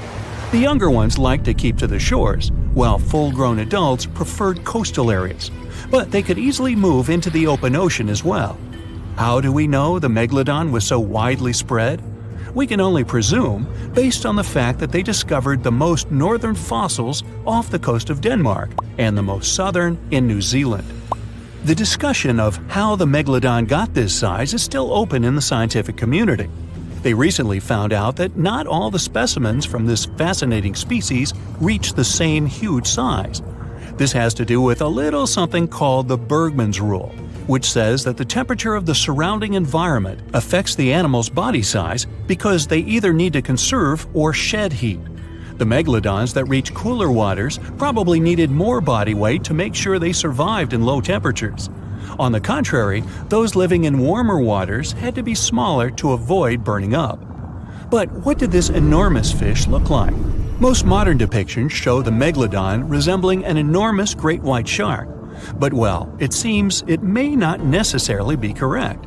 The megalodon likely had a much shorter nose and a flatter jaw that looked almost squashed when compared with a great white shark. It also seems to have something in common with the modern blue shark: extra-long pectoral fins. They needed these to support their weight and size while navigating the planet's waters. Lastly, the lady megalodons, seem to have been about twice as large as the gentlemen. As for their offspring, even a small megalodon was enormous, at least 6.5 feet from nose to tail. How do we know that? Because specialists have stumbled upon megalodon nursery habitats in Panama, Maryland, the Canary Islands, and Florida. Even the piles of used diapers were enormous. Nah, not really. Surely the scariest aspect of the megalodon's looks was its mouth. I mean, think about it. Megalodon had whales for dinner, so it obviously needed to open its mouth wide enough. Scientists have estimated that its jaw would span a mind-boggling size, 9 by 11 feet wide. Just to paint you a better picture, that means it could have easily gulped down 2 adult people side by side. Wait, which 2 adults? Those impressive jaws also feature 276 teeth. Based on modern reconstructions of the force of its bite, it looks like it may have been one of the most, if not the most, powerful animals of prey ever to exist. For comparison, humans can have a bite force of around 1,300 newtons. Today, great white sharks have been estimated to be able to bite down with a force of over 18,000 newtons. The megalodon tops all the records, with an estimated power of bite up to 10 times greater than that. It could basically crush a car with very little effort. Its teeth were also pretty amazing. Similar to sharks, the megalodon was fast in replacing its broken or worn teeth. With 4 or 5 rows of teeth in its mouth, it basically acted like a conveyor belt, growing back damaged or missing teeth within about 48 hours. This means that an adult megalodon probably would have grown several thousand teeth throughout its lifetime. It was nice of them to do that, though, since it's probably one of the reasons why megalodon teeth are so common in fossil records, and we're able to study them properly. To maintain its impressive physique, the megalodon had to eat somewhere around 2,500 pounds of food per day. Can't wrap your head around that? Well, it was the equivalent of 1 1/4 cows per day to survive. It's like if you had to eat 3,300 cans of tuna every day. I've used the word megalodon a lot, but have I mentioned where it comes from? When translated from Greek, it means giant tooth. Ah, those clever Greeks. However, this giant shark's full scientific name is a bit more complicated: Carcharocles megalodon. But are these gigantic predators actually extinct? We tend to believe so, but let's be honest for a second. we've come to know more about the surface of Mars than the depths of our oceans. Like, we've only explored 15% of our oceans altogether. Who knows what may be lying out there in the deep? Maybe some ancient predators? The Mariana Trench is the deepest oceanic trench on Earth. The Challenger Deep, its deepest part, is so deep that you could dip the whole of Mount Everest in there and it would still be over a mile above the surface. That's deep. If a megalodon or two ever needed a place to crash, that would be a discreet enough location. However, the Mariana Trench is not a particularly comfy place to be in.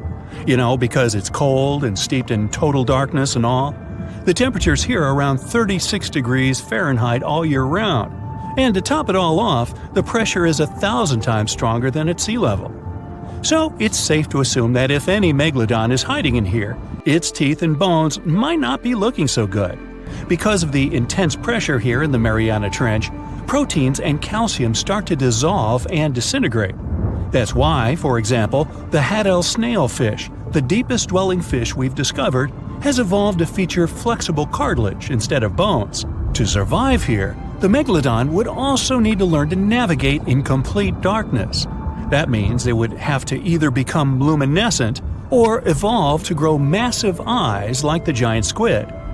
While it may sound like an intriguing and good idea for a movie script, most scientists don't think it's possible. Why? Well, most of them say it's because of the megalodon's size. Most foods that megalodons like to eat live in shallow ocean areas and not in the deep, deep sea. Specialists believe that if these animals were actually still roaming our waters, there's no way we wouldn't know about it. They would need to come up for dinner every now and then, right? Their food is also the most likely cause of why the megalodon is not alive anymore. While some specialists believe the megalodon became extinct because of a drop in the ocean water temperature, most scientists suggested that the shifting food chain dynamics may have been more to blame. Why? Because at some point, there was less and less of its primary food source, baleen whales, and at the same time, the numbers of its natural competitors, like smaller predatory sharks like the great white shark and whales, increased. The megalodon did live on this planet a lot more than we did, and way back when we didn't even exist yet. They were here for nearly 70 times longer than we, modern humans, have, inhabiting the oceans for around 20 million years. Homo sapiens appeared around 300,000 years ago. The megalodon managed to survive for so long mostly because of its unbeatable size. I mean, they can make a meal out of almost everything in the sea at the time. We may think about both of them as prehistoric creatures, but the megalodons and the dinosaurs never coexisted on Earth. The dinosaurs probably died out about 66 million years ago. Megalodons seem to have appeared a bit later. That's because the oldest megalodon fossils we have yet discovered are from the Miocene epoch, which began 23 million years ago. So long, Meg. The Loch Ness Monster is actually not from Scotland. Turns out, this real-life creature lived in the freezing waters of Antarctica about 70 million years ago. In 2019, researchers discovered fossils of a huge, prehistoric marine reptile that looked a lot like what people described as Nessie. This beast was terrifying, measuring up to 36 feet long with a massive giraffe-like neck. It also weighed around 15 tons, which is about the size of 3 elephants. Next up on our list of huge animals is a penguin. I know penguins aren't exactly what you'd call big, but scientists have just found what they think might be the biggest penguin ever, the Kumimamu fordyce. It's believed that these giant birds were hanging around New Zealand about 55 million years ago, and they were huge, weighing over 330 pounds. That's about 5 times the size of the emperor penguins, which are considered the largest penguins alive today. Now, let's move on from massive creatures to something much smaller. Meet B. manfredschmidti, a great ape that lived around 12 million years ago in what is now Germany. This creature is very special, as it's the tiniest great ape ever discovered. And when I say tiny, I really mean it. These ancient animals only weighed about 22 pounds. They were basically no bigger than a super chunky cat. If you think small creatures aren't scary, Wait until you meet the electric blue tarantula. This newly discovered species from Thailand's mangroves has an almost otherworldly electric blue color. Its vibrant hue doesn't come from pigment, it is actually caused by the unique structure of its hair, which reflects blue light, making it look like an extraterrestrial being. We're going even further now, diving into the freezing pitch-black depths. At around 2,000 feet deep in the Andaman Sea, scientists found a new species of ghost shark, which they named Chimera supape. Their appearance is straight out of a horror movie. They have sleek, pale bodies, frills that look like feathers, and large, creepy eyes. These ghost sharks aren't actually sharks, but they are related, having diverged from their cousins about 400 million years ago. The good news is they're not too scary since they're only a bit bigger than a shoebox. Just when you think we can't find stranger creatures, we come across this ancient amphibian from Brazil. Scientifically known as K. rosei. This newly discovered giant crocodile-like creature lived during the Triassic period, over 240 million years ago. At nearly 10 feet long, it had a powerful jaw, resembling the modern-day alligator. This beast was definitely a survivor since it adapted to the most severe conditions ever seen on the planet. Last year, scientists were tracking the dense Amazon rainforest at night when they found some quirky orange spiders that looked like they were wearing black boots. The team soon discovered it was a new type of giant crab spider. And no, they don't look like crabs at all. They only got their name because, while perched on plants, these spiders spread their legs out to the sides, just like crabs. Do you know that some new species are named after celebrities? Hollywood icon Harrison Ford now has his very own snake, for example. Discovered in Peru, T. Harrison Fordy honors the actor famous for his role as Indiana Jones, an archaeologist with a notorious fear of snakes. Unlike the film's menacing serpents, this new snake species is quite modest in size, measuring about 16 inches long.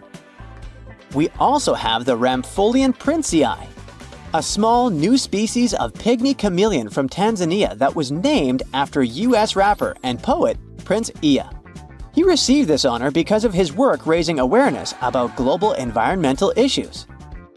Another celebrity namesake is DiCaprio's snail-eating snake, which hangs out in the shrubs of Panama's forests. This S. Irmelindi caprioi is about 15 inches long and spends its nights on palm fronds looking for snails and slugs.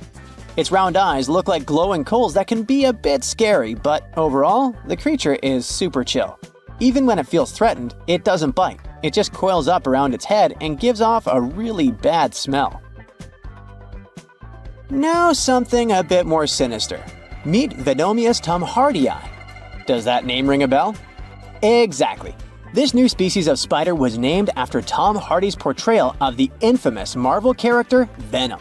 And all because the black spots on the spider's abdomen reminded researchers of the famous anti-hero.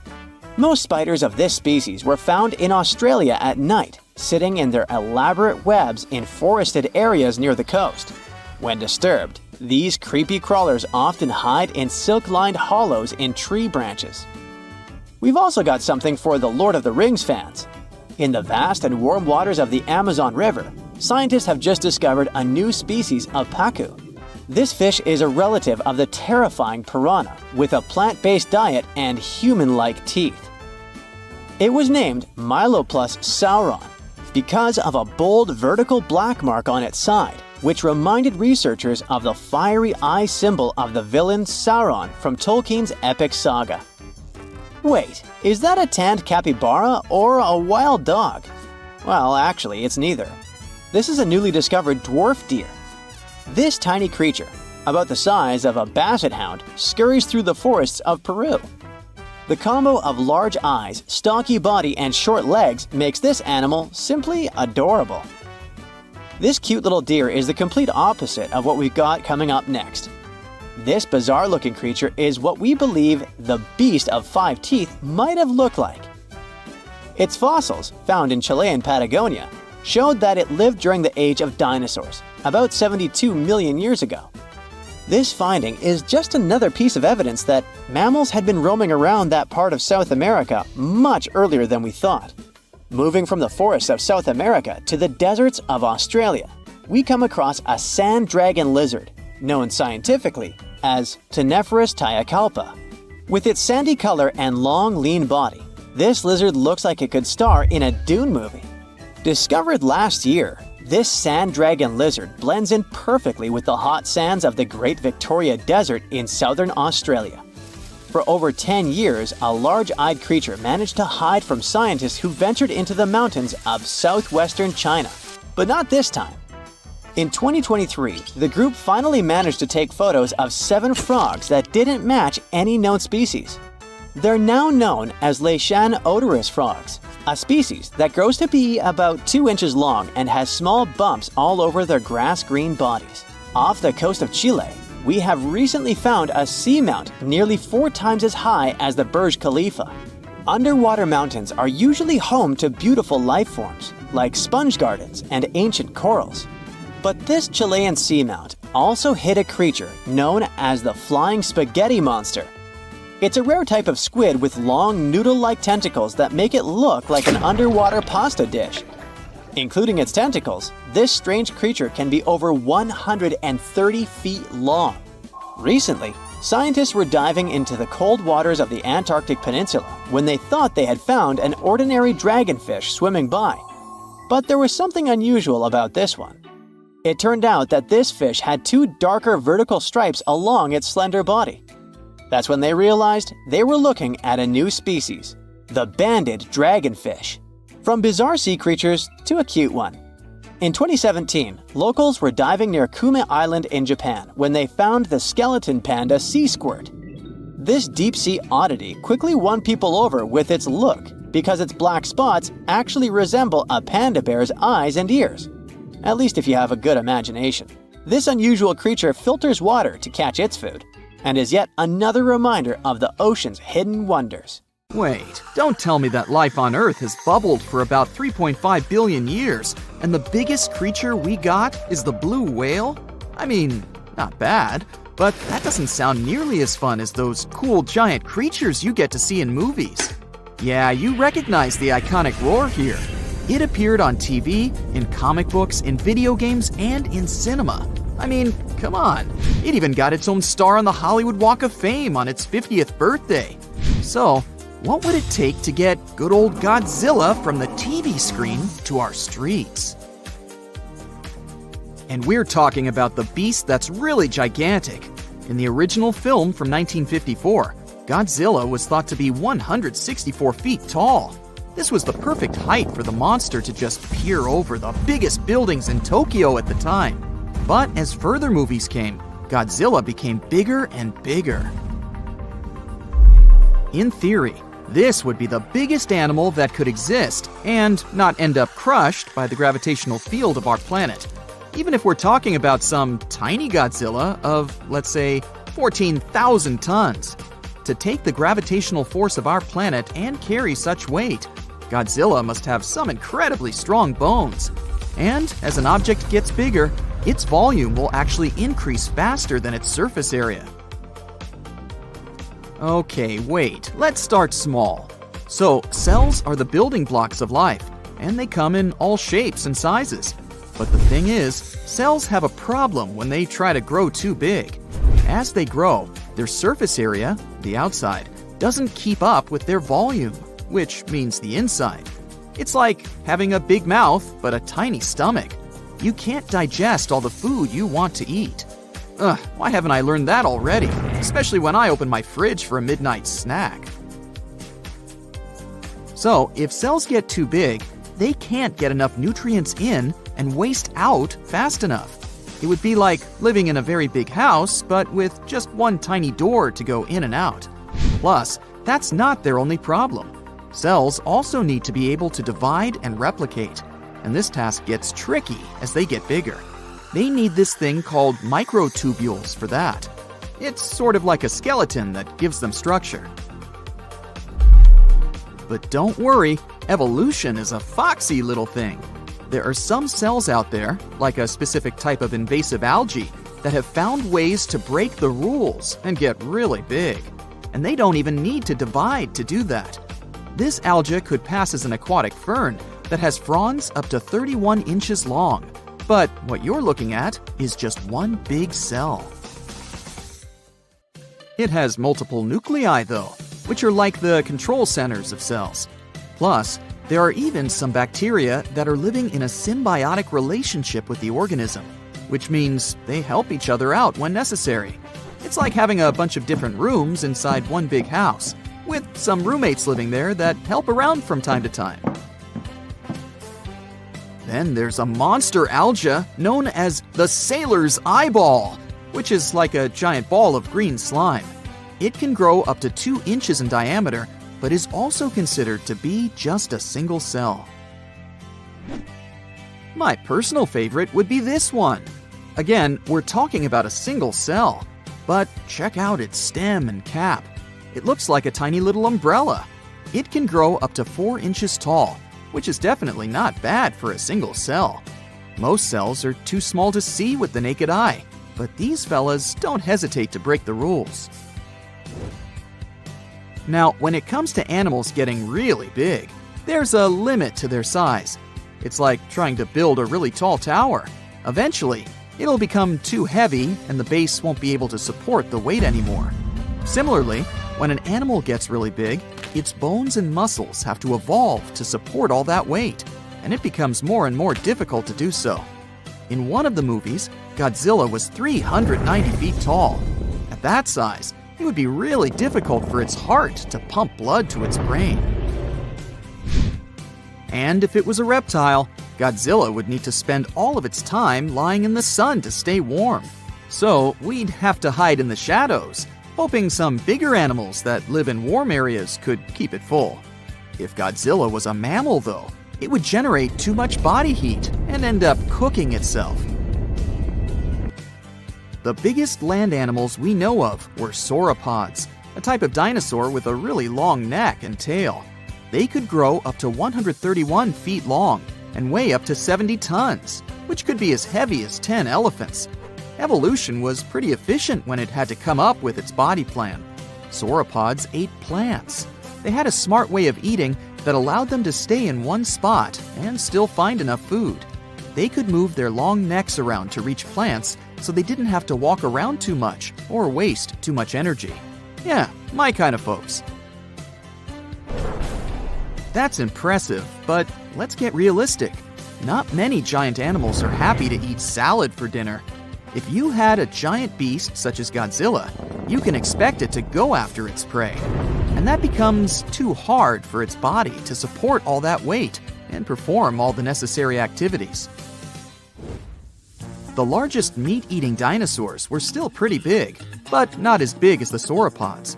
The biggest one we know of is a fella called Spinosaurus, which was about 50 feet long.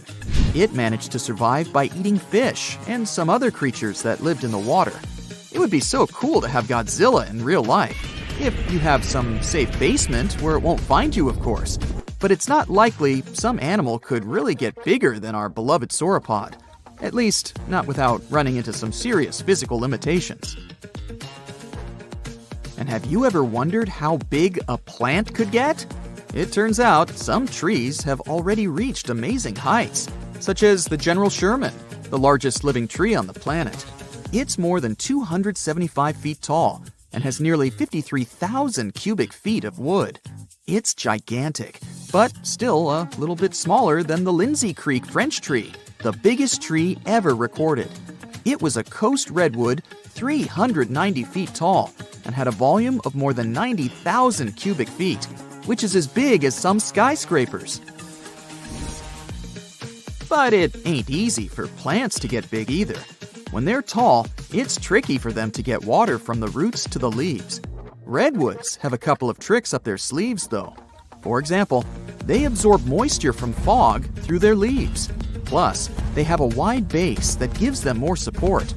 If we want to build taller buildings, we also need to think about the challenges plants face, like how to build a good base that will support the structure and transport water and nutrients. If we're not just looking for height, we can take a peek at other massive organisms on our home planet, such as Pando. This is a male aspen forest in Utah that covers 107 acres and is basically one giant organism. It weighs almost 6,000 tons and is one of the biggest organisms on Earth. Perfect salad bowl for Godzilla. I mean, plants aren't the only organisms that can grow to massive sizes. There are fungi, like the honey mushroom, that can grow into a network of tiny threads called hyphae. They tend to spread out over big areas, and it's like a pretty big underground web, connecting everything together. One specimen in Michigan covers 90 acres and weighs about 400 tons. Now that's a lot of mushrooms. In July 1990, 4 Czech guys decided to go on an adventure to find the Mongolian death worm, a creature that might have inspired the monster you've seen in the movie Doom. They say it lives somewhere deep in the Gobi Desert. So they flew to Mongolia, hopped into an ATV, and hired some local guides to help them. All that to meet a creature that is up to 6 feet long, can spit acid that could melt anything, and is capable of shooting electricity at those it doesn't like. Legend says that these friendly guys spend most of their days hiding underneath the sandy dunes, but they'd like to come out during the wetter months of June and July. So the timing for a spotting was simply perfect. But the crew needed to figure out how to lure the creature. Sadly for them, no one knew what the giant worm liked to eat. So they built a thumper, which is a machine that made rhythmic pounding noises. They were hoping it would call the worm out of the ground. For 2 months, they searched the vast desert, crossing dunes and rocky plains, looking for any sign of the creature. But alas, it didn't really work out. Ivan McCurley, who was the leader of the 1990 expedition, came back to Gobi Desert again. He once tried to attract the megaworm with blasts, and the second time he used a small airplane to scout the dunes. Over the years, groups from America, Britain, and New Zealand organized big expeditions to the Gobi Desert to try and find the creature. Many others came from all around the world on their own and found nothing. The people in the West first found out about the megaworm of the Gobi Desert thanks to an American paleontologist, Roy Chapman Andrews. This brave man was probably the inspiration for Indiana Jones. In 1926, he wrote about the creature in his book. At a meeting with Mongolian leaders, Andrews heard detailed descriptions of the creature, even though none of them had ever seen it themselves. One of them described it as looking like a sausage, about 2 feet long, with no head or legs. According to him, the worm was so venomous that just touching it could instantly take your life, and it lived in the loneliest parts of the Gobi Desert. Andrews didn't think the creature was real, but he shared these stories again in another book. In May 2005, 4 friends from Great Britain who search for monsters professionally decided to try their luck. They made drawings of the worm and hired local people to hand out flyers all over the Gobi Desert. These flyers offered a reward to anyone who could give information about the worm or even bring them a specimen. They thought loud sounds that other explorers tried would scare the beast away. Some told them it likes damp conditions, so they came up with a plan to block streams of water to create wet areas that would lure the worm out. Their plan didn't work because it was too hard to build dams in the desert. They ended up using small traps, but didn't find any actual proof that the worm existed. But they did meet locals who shared interesting stories about strange creatures they had seen over 70 years. Over the years, stories of the monster spread around the world. In some of them, it's only 1 foot long. In others, it's as large as a human. It's white-gray or scaly and brown, or maybe fleshy and bright red. Someone said it resembled a snake, or maybe a caterpillar, or maybe it has wings and can fly. And some believe it could be a supernatural evil being without a body. Maybe the stories are so different, and the search operations are so fruitless, because the creature doesn't even exist. Or it could be one of many cryptids. Those creatures like Bigfoot, Yeti, the Loch Ness Monster, their existence has yet to be proven. In 1983, one scientist who was visiting the region heard that an old man had managed to catch the mysterious worm. He also learned there was a nest nearby, The scientist bravely approached the hole in the sand and put his hand inside. A giant creature dragged him in, and he was never seen again. Just kidding. He actually found a Tartar sand boa inside. It's a chunky, burrowing, non-venomous snake that has small eyes and gray-brown scales. He showed it to the locals to verify if it was the monster, and supposedly all of them said yes. Most Mongolians who know about the worm still believe it's real. Now, even though people call our supposed monster a worm, it's just what it sounds like in the English translation. Many Mongol cultures have used this word for centuries to refer to any animals they thought to be really dangerous, especially snakes, even non-venomous ones. So, it doesn't have to be a literal worm after all. Worms are soft and squishy, but a creature living in the harsh Gobi Desert would need to be tougher, more like a snake or a type of lizard without legs. Neither of these creatures can shoot electricity or spit acid like they say the death worm does. But some snakes, like cobras, can spit venom that's dangerous for people. If it were real, the creature would have a backbone, and explorers searching for it would likely find some bones or evidence left behind. And there are actually fossil remains all over the Gobi Desert. Scientists found representatives of over 80 dino groups here over the last almost 100 years. It all started with the world's first dinosaur egg nests. This discovery changed all the scientists knew about dinos. It was the first proof they laid eggs. In the following 2 years, the same expedition team unearthed over 100 dinosaurs and took them to the American Museum of Natural History, where you can still see them today.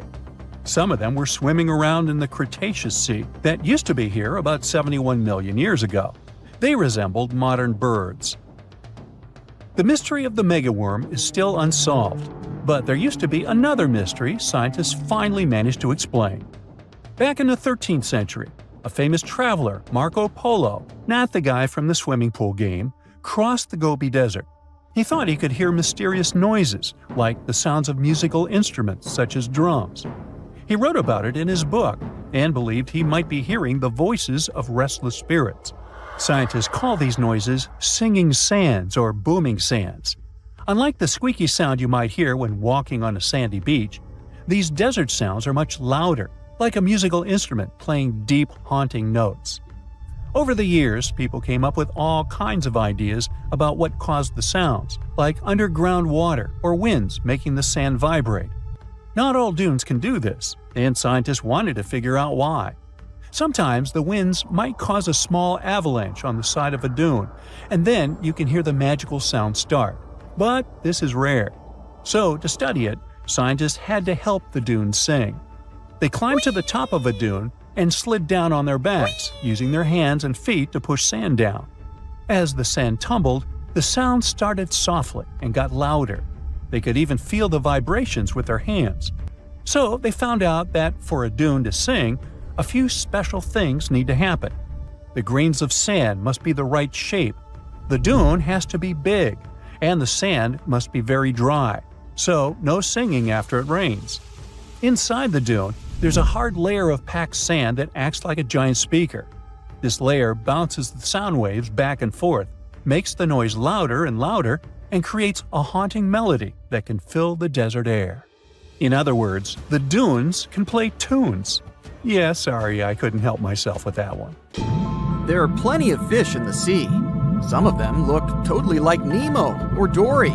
Then there's the butterfly fish and fancy guppy, which is indeed really fancy. And then there's...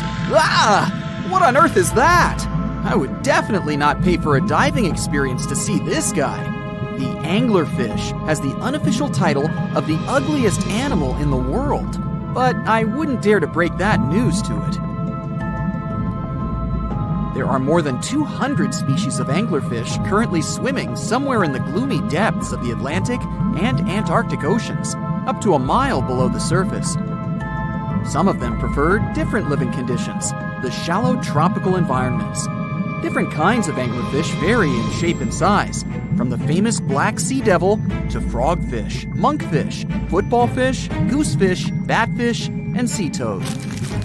The larger ones can be half as long as a full-sized bed, but most are less than a foot long. Since the choice of meals where these guys live isn't that huge, they had to come up with a unique hunting strategy. They don't waste their priceless life energy on following prospective prey. Instead, they use a piece of dorsal spine that sticks above their mouths like a fishing pole, hence the name of the fish. There's a sac of bioluminescent bacteria that glows brightly in the dark at the end of that rod. The light lures prey, and all the anglerfish has to do is wait, and then enjoy its lunch delivered right to its mouth. Their bodies are pliable and huge, so they can easily swallow prey twice their size. Deep-sea anglerfish eat whatever they can find. Species that live in more shallow water aren't picky either, and can eat anything from shrimp to snails and small fish. Only female anglerfish have the cool fishing rod feature though. So what about their males? Finding a soulmate deep under the sea isn't that easy. I mean, literally, there's no light down there. Plus, there are frigid temperatures and low oxygen levels. Anglerfish can't afford to go on many dates in those conditions, so they mate for life. And before you go "aw" about it, I have to tell you, they do it in quite a special way. Male anglerfish are much smaller than their ladies. The contrast is so striking that when researchers first got interested in their love life, they thought those males were actually the offspring, or larvae, hanging out next to their moms. Certain anglerfish male species have receptors that alert them that there's a female nearby. After they mate, the male bites into his woman and stays attached to her head, belly, near her tail, and other areas he can access. While they morph together forever, the female fish gets the male's cells, DNA, and reproductive organs, but loses her immune response cells. The male gets free permanent housing and nutrition. Given the current real estate prices, it sounds like a dream. But that accommodation is shared by up to 8 males, and they can't move out if they ever feel like it. You're unlikely to meet this deep-sea fish in real life, but if you meet an anglerfish in your favorite video game, remember that you can easily outswim it and make it kinder to you with tranquilizing arrows. Once you befriend it, the anglerfish can be your scout and help you discover new areas with its bioluminescent pods. Back in the real world, down in the twilight zone of the ocean, about 650 to 3,300 feet down, the anglerfish isn't the only creature you're lucky you'll probably never meet. Many of the locals look like they come straight out of science fiction or horror movies, but that's because they had to adapt to this dark, deep world.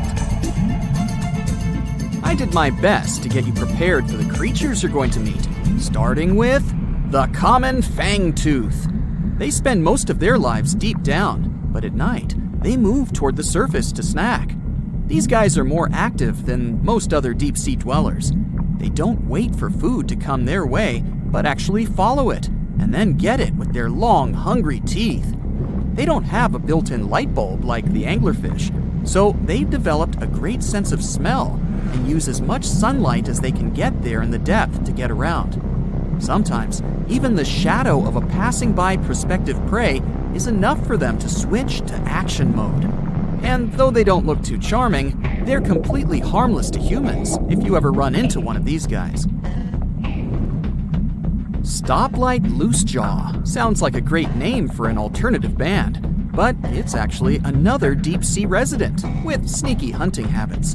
It has special light-producing photophores under each eye. They emit green and red light like a stoplight, hence the name of the fish. Unlike other fish, these guys hardly ever leave the twilight and midnight zones. Their lower jaw is a quarter of the total body length, and the stoplight keeps it open all the time, hoping to get some lunch. It looks like a ferocious predator, but mostly prefers zooplankton, with an occasional dessert of shrimp, krill, and fish.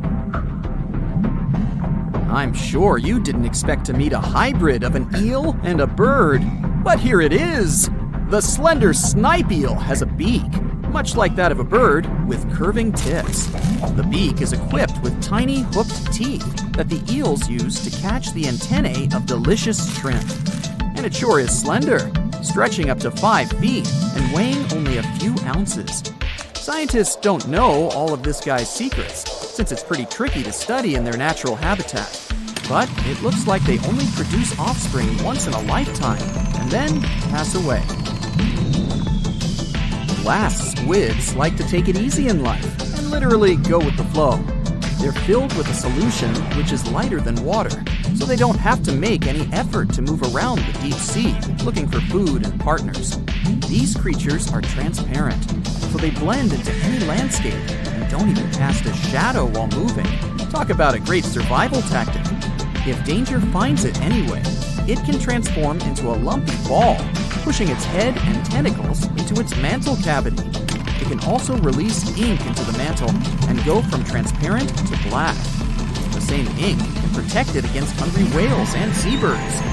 Another tactic they use to scare off predators is to activate their light-emitting organs around their eyes. I'm getting hungry. Maybe I can snack on this sea cucumber. Ouch, it's moving! So I guess it doesn't belong in a salad after all. These soft-bodied fellows live in all parts of the ocean, from shallow waters to the deep underwater world. Most of them slowly move around with their tiny feet, but some crawl around by flexing their bodies. Sea cucumbers can shed their internal organs when there's a predator approaching.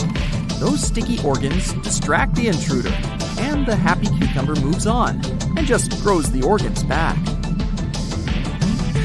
What's that glistening in the distance? Looks like someone dropped gems in the water. That's a sea sapphire, also known as the most beautiful animal you've never seen.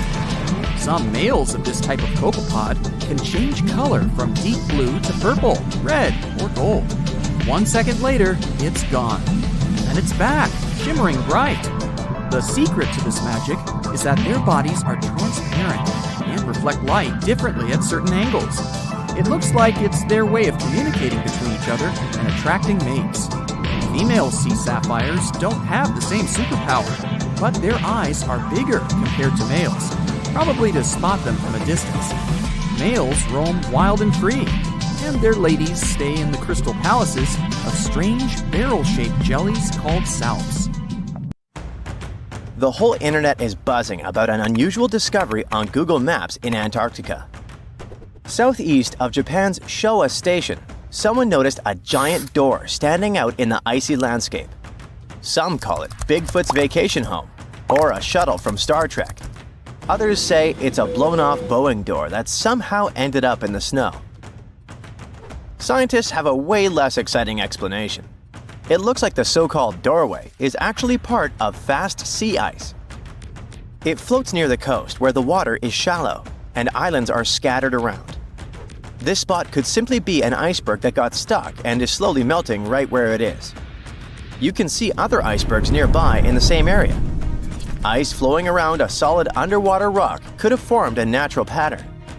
The ice is pretty thin here, and because of the rocks underneath, the ice forms unique shapes. Geologists add that the mysterious find is just a rocky ridge sticking up because the ice level has dropped a bit. The top of it is the ridge, and the sides are two snow tails, long streaks of snow shaped by the wind. These snow tails show which direction the wind usually blows in this area. The previous mysterious Google Maps find in Antarctica was a pyramid that turned out to be a mountain. You can easily find it if you scroll all the way to the Ellsworth Mountains. It's the tallest mountain range in Antarctica, and it stretches for almost 250 miles. It's not the first pyramid on this continent, as explorers from the British Antarctic Expedition found another unusually shaped mountain and nicknamed it the Pyramid. But this one didn't have a pyramid shape after all, so nope, there are no pyramids in Antarctica. Sorry to ruin it for you. In 2011, scientists from Chile found a strange fossil in Antarctica that looked like a squashed football. It received the nickname The Thing because it looked like something from a science fiction movie. It turned out it was a giant soft-shell egg from around 66 million years ago. It was more than 11 inches long and 7 inches wide. The only bigger egg ever found was of the extinct Madagascan elephant bird, which was 1.5 times as tall as Michael Jordan. The Antarctic egg is also special because it's the first fossil egg ever found in this part of the world. So, whoever left it there must have been huge. Probably a giant sea reptile that lived long ago, like a mosasaur.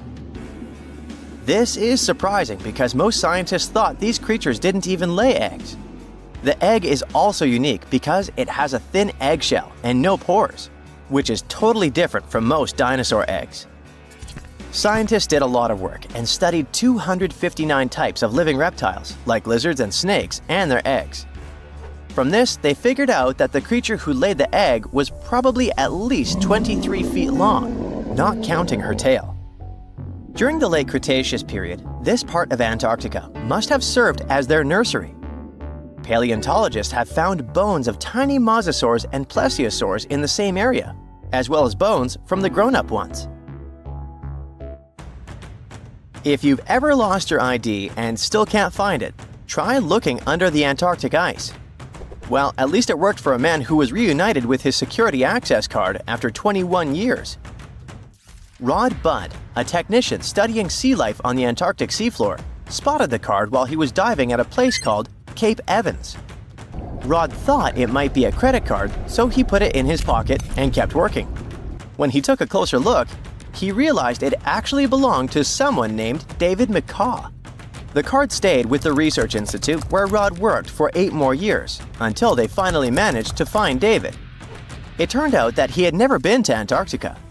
In 2003, someone broke into his car in Wellington, New Zealand, and they tossed the contents of his briefcase into the harbor. So, the card traveled over 2,400 miles in 13 years. There aren't even ocean currents that move directly from Wellington to Cape Evans. If the card went through different ocean currents, the journey would take around 1,000 years. So maybe it got attached to something else that could float more easily, like a piece of debris or a plant that can grow on objects and make them buoyant. Or maybe the person who took David's briefcase was on a ship that went to Antarctica. Or the card somehow stuck to the bottom of a research boat that ended up there. In case you want to see probably the coolest find from Antarctica, you gotta head to the 2025 World Expo in Osaka, Japan. They'll display a meteorite the size of a rugby ball that came all the way from Mars. A Japanese research team found it in Antarctica in the year 2000. They believe a massive asteroid impact blasted the meteorite off its home planet before it traveled through space and landed on Earth. It's one of the largest Mars meteorites ever found, weighing 28 pounds. Scientists studied the gas inside the rock to confirm it's from Mars, and they also found special minerals inside that form when water is present. This means Mars likely had water a long time ago. So, studying the rock may help us learn more about whether life could have existed on a red planet. A team of sound experts found a huge underwater canyon in Antarctica, thanks to bad weather. They had to pause their work at the Casey Research Station. Instead of waiting around, they decided to use the unexpected free time to map the seafloor near Adams Glacier.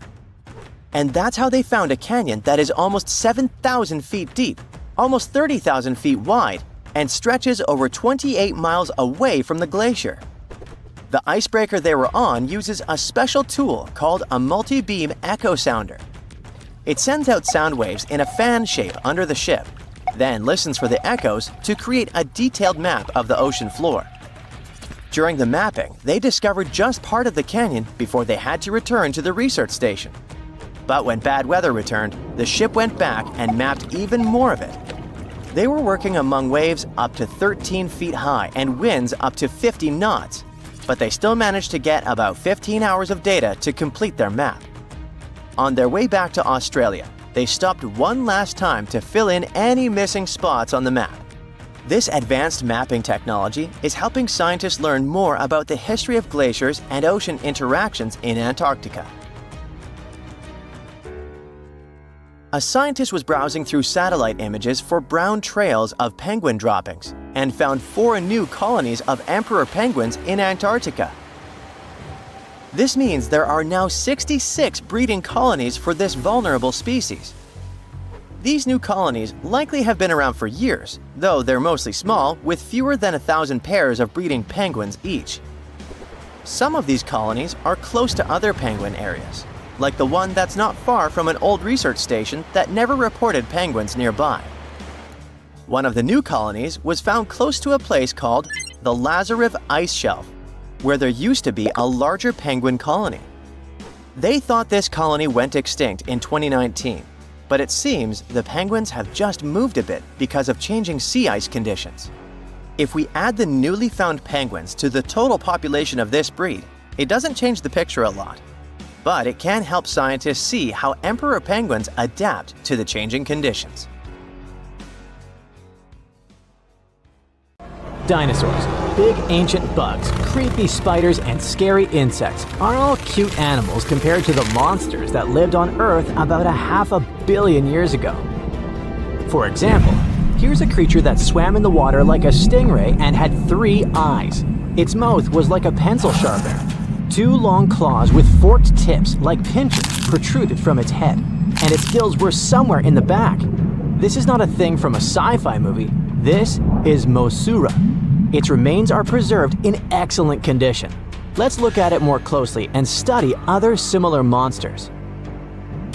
The Cambrian Explosion. Remember this name. This period is also called the biological Big Bang, the time when a huge number of different living creatures began to appear in the ocean, large, small, and tiny. The ancestors of almost all modern animal groups were most likely born during the Cambrian Explosion, which lasted from 541 to 485 million years ago. It was a time when the first truly effective and terrifying predators appeared on Earth. One of them was Mosaura. It's only the size of an index finger, but you would never want to meet such a creature while swimming in the sea. It's scary to imagine what it could do with its pencil sharpener-shaped mouth. And you probably wouldn't be able to hide from it because, come on, it had 2 eyes on the sides and 1 big eye on its forehead. Mosaura belonged to a group of arthropods. Scientists called it a sea moth since it reminded them of a moth. This thing used a flap-like apparatus similar to wings to float in the water like a stingray. This monster was quite creepy, but its appearance may seem familiar because it's a distant relative of modern spiders, crabs, centipedes, and moths. Scientists found several 506-million-year-old Mosaura fossils, but unlike many other similar finds, these ones have been preserved in excellent condition. The found fossils showed sharp claws, a toothy jaw, and large gills in the tail section. Some parts of the fossil were so clear that they revealed the details of the creature's internal anatomy, including parts of its nervous and circulatory systems and digestive tract. It had jointed limbs like those of modern insects and crustaceans. When this monster swam in the sea, it probably grabbed its prey with long spiked claws sticking out of its head. Many Mosaura relatives have claws covered with multiple spikes, which help them grab food. But that ancient creature had smooth claws forked at the tips. That is, it grabbed the prey with those tongs, using them like chopsticks, and then brought it to its mouth. Of course, this is an assumption, and nobody saw how this creature actually did it. Unlike many other similar animals, Mosaura's posterior segmented body was studded with gills. Scientists don't know why this was necessary, but they assume that such an unusual breathing system helped to adapt to an environment with low oxygen content. Perhaps Mosaura led a very active reproductive lifestyle that required high oxygen consumption. Creepy, dangerous, and reproducing fast. An excellent set of qualities for one of the most dangerous predators of antiquity. But what did Mosaura eat? It probably caught different types of worms and small arthropods. It's nice to think that this monster lived so long ago and was so small. But what if this creature was the size of a shark and was swimming in the ocean these days? Perhaps it would become a dominant dweller and people would swim much less along the coast. Mosaura lived in the water but was discovered in the Burgess Shale Rock Formation in the Canadian Rockies. Many mountains on Earth were once the seabed inhabited by strange creatures. One of them was Opabinia. It had 5 eyes, a mouth facing backward, a long trunk and claws instead of a nose. Wait, what? It's too strange even for science fiction, even for outer space. In its eccentricity, Opabinia was perhaps the loneliest creature on Earth. Scientists couldn't find another species that would be similar to this individual until recently. Meet Utaurora. It seems to belong to the same species as Opabinia. Its inch-long body was divided into 14 to 15 furrows. Each of them ended in a pointed flap. Opabinia had the same body, but it's unlikely that both monsters were friends. The difference between their timelines was several million years. It's hard to imagine why these monsters needed such strange body structures. Why haven't modern filmmakers used the design of those animals to create cool space monsters yet? Okay, they were creepy creatures, but what about weird and kinda useless ones? Scientists have discovered Sue, a legless creature with no head turned inside out. Huh? This 444 million year old creature was found in South Africa, north of Cape Town. They called it Sue after the discoverer's mother. In fact, it's some kind of new arthropod species that may have lived in low oxygen waters. This creature was turned inside out, and the outer shell with the legs and head was lost. Thanks to mineralization, muscles, tendons, and even Sue's intestines were preserved on the fossil. It's a great success to find such detailed remains of an ancient creature. However, scientists still can't determine the evolutionary history of this species. They're sure that it was a primitive marine arthropod. Okay, we can see that 500 million years ago, Earth was filled with creepy monsters, which fortunately are now extinct. But what about trees? Were they the same as we see now? Or was there something else? Something creepy? Oh yeah. Scientists have discovered a new kind of living organism similar to a tree or a mushroom. It was gigantic and had a very minimalistic design. Meet the Prototaxites. It's basically just a big stick with a round end poking out of the ground. It was smooth, didn't have the usual tree bark, and looked more like a mushroom without a cap. But scientists have recently found out that it wasn't a mushroom at all. Prototaxites probably belonged to a previously unknown branch of life. Prototaxites is considered to be the first giant organism in the history of the planet that lived on land. It existed about 420 to 375 million years ago during the Devonian period. It was the time when plants began to spread across dry land, forming large forests. Over time, they began to grow leaves and form roots in the ground. Then, the first seed plants appeared. The real colonization of land began. The first arthropods, such as centipedes, arachnids, and other unpleasant creatures, began to walk among those forests.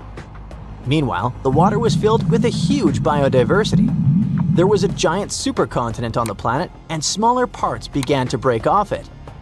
During this period, Prototaxites towered over the land. Some of these things reached 26 feet high and 3 feet wide. It's like a 3-story house and as thick as a palm tree. But what was it? A plant? A mushroom? Algae, perhaps? Scientists discovered them in the middle of the 19th century, but only in 2007 did they conduct chemical analysis. Research showed that it was most likely a giant mushroom, but in 2025, scientists refuted this conclusion.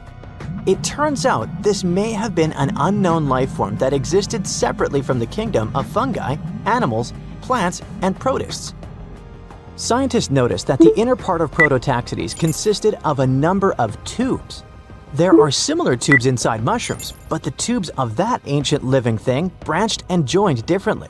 They even had a different chemical composition. The main building block of mushrooms is chitin, but the Prototaxites contained chemicals similar to lignin, a substance found in the bark of trees and other plants, and its anatomy differs from the structure of any other organism known to us.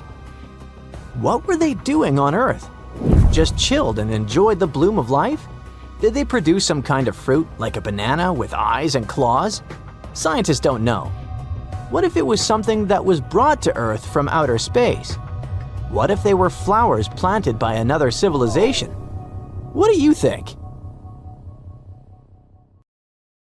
Scientists have finally solved the Loch Ness Monster mystery. Here's the spoiler, you ready? It's not a real monster. It's probably a dinosaur that survived through the ages, or just a bunch of debris floating on the water. Thanks to many findings on the Loch Ness creature, we have proof of another story to tell you. It was 1933 when a man named George Spicer and his wife were driving along the shores of Loch Ness. That's when they saw something massive with a long neck moving across the road.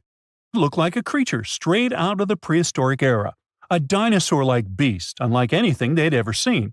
That was the moment that Loch Ness Monster theories started spreading around like wildfire. One of the most famous Loch Ness Monster sightings came just a year later, in 1934, when a man took a photograph that became the most well-known image of Nessie. That's the nickname she was given. She? Anyways, the photo, known as the surgeon's photograph, showed a long-necked creature rising out of the water, and for years it convinced people that the monster was real. But years later, the truth came out. One of the men who helped take the photo confessed it was all a hoax. The photo had been staged after all. When the photo was published, it had been significantly cropped. This made the animal in the picture look much bigger than in real life, fueling the theories that the Loch Ness Monster did in fact exist. In the 1960s, one of the first big scientific attempts to investigate the mystery of the Loch Ness Monster happened. A research team took sonar equipment to the lake and spent hours scanning the waters in search of evidence of large creatures. What they found was puzzling. They recorded several objects moving deep in the loch, or lake, with no clear explanation as to what it was.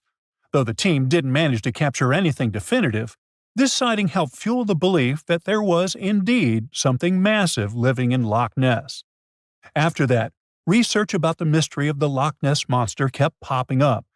In 1972, with the help of underwater photography, some researchers managed to capture strange images, which got people's hopes up for a minute. But the truth is, this early research about the Loch Ness Monster was far from conclusive. Now, of course, not everyone bought into the mystical, magical theories about the Loch Ness Monster. Theory 1, from a professor of zoology at Oxford University, has made it clear that the monster is a biological impossibility. Hey, my pediatrician said that about me, too. Meanwhile, he says that no skeletal remains have ever been found in the region. Plus, no fishermen have ever caught anything resembling the creature in their fishing nets. For him, this works as proof that it simply can't be real. When it comes to the famous photos of the Loch Ness Monster as evidence, well, that's pretty simple. The professor offers a more down-to-earth explanation. He argues that these images are either showing floating debris or birds, like cormorants, which have long necks and often appear to be low in the water. When people refute his suggestion, he takes us back to human psychology and explains that people often make mistakes and misjudge the size of things, especially when they just caught a glimpse of it, and even more so when they are hoping to see something specific. Now, many of those alleged photos depict an animal with a long neck and a small head, which has led some to believe that what they're seeing is a plesiosaur, a giant marine reptile that lived 215 million years ago and disappeared with the dinosaurs. The idea of a plesiosaur surviving all these years is a theory that's been around since the first sightings of the creature. But this researcher isn't buying it. He explains that no plesiosaur fossils have been found in the region dating to anything later than 66 million years ago. The idea of a prehistoric creature still lurking in the waters of Loch Ness just doesn't hold up scientifically. Then there's theory number 2, from a British naturalist who has spent over 50 years investigating the Loch Ness Monster phenomenon. His conclusion is a little less dramatic. He believes that most people who report sightings of long-necked creatures are misidentifying other animals. He suggests people think they are seeing a sea serpent. Reports of sightings from the Loch Ness Monster have been around since the 6th century CE, long before they were distilling Scotch whiskey or other explanations. Early reports of these sea serpents describe large creatures with long snake-like bodies and multiple humps. Some say the creatures were as big as boats, and many swore they saw something swimming in the waters. Many of these early sea serpent sightings may have been misunderstandings or exaggerations of normal animals in the loch, like large fish or even swimming birds. They could have been large eels, which are known to live in Loch Ness. These eels, especially when they're moving, might have given the impression of a long, undulating creature in the water. People who saw these eels from a distance, particularly in low light or misty conditions, might have mistaken them for something much more mysterious. Theory number 3 says something else. Nessie is just a series of standing waves. These happen when two boat wakes move in opposite directions, creating a big hump in the water that could look like a creature from a distance.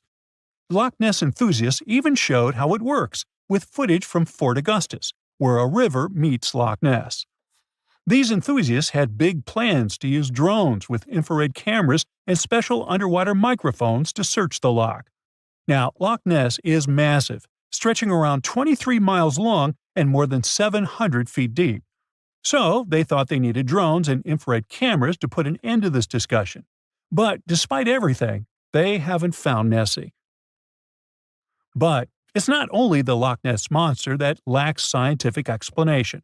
There have also been scores of sightings of Yetis and Sasquatches that no one can really explain. Folks have made movies, dreaming of finding the truth about these creatures. But, according to recent research and evidence, it looks unlikely that we'll ever find definitive evidence of their existence. Science says they can explain Sasquatch sightings, and this is how. Biologists who study wildlife using camera traps, which are set up in remote areas to capture images of passing animals, have long attempted to find elusive species. These cameras detect movement and snap pictures, providing invaluable data on the biodiversity of different ecosystems. As camera traps collect more photos over time, the number of species recorded grows. However, after a while, the number plateaus, suggesting that no new species are being detected. While it's impossible to claim 100% certainty, researchers say that after significant camera deployment, it's safe to say the likelihood of discovering new species, especially large ones like Bigfoot or the Yeti, drops significantly. Camera trap studies have been running for years in regions where these creatures are rumored to live, but so far, no conclusive evidence has surfaced. Instead, the supposed proof of Bigfoot or the Yeti often comes from blurry photos or shaky videos taken by individuals who claim to have encountered them. The scientific understanding of biology also makes the existence of Bigfoot highly unlikely. Often described as a great ape, Bigfoot would have had to evolve in North America. However, great apes evolved in Africa, and the only great ape to make it to the Americas is Homo sapiens, whose ancestors crossed the Bering Strait only about 16,000 years ago. This is far too short a time for a new species like Bigfoot to have evolved. While it may be disappointing for these mysterious creature enthusiasts, the scientific evidence points firmly toward the conclusion that creatures like Bigfoot and the Yeti are more fantasy than reality. After decades of extensive scientific research, it's safe to say that yes, science has solved the mystery of the Loch Ness Monster, and it's pure fiction. So, what do you think? For years, we've thought the megalodon was just a big shark, which is scary enough. After all, it could have eaten a creature the size of a whale in just 5 bites. Estimates indicate that the largest shark that ever lived had been around 59 feet long, which is a reasonable size and explains a lot. But the scientific community was wrong. Very wrong.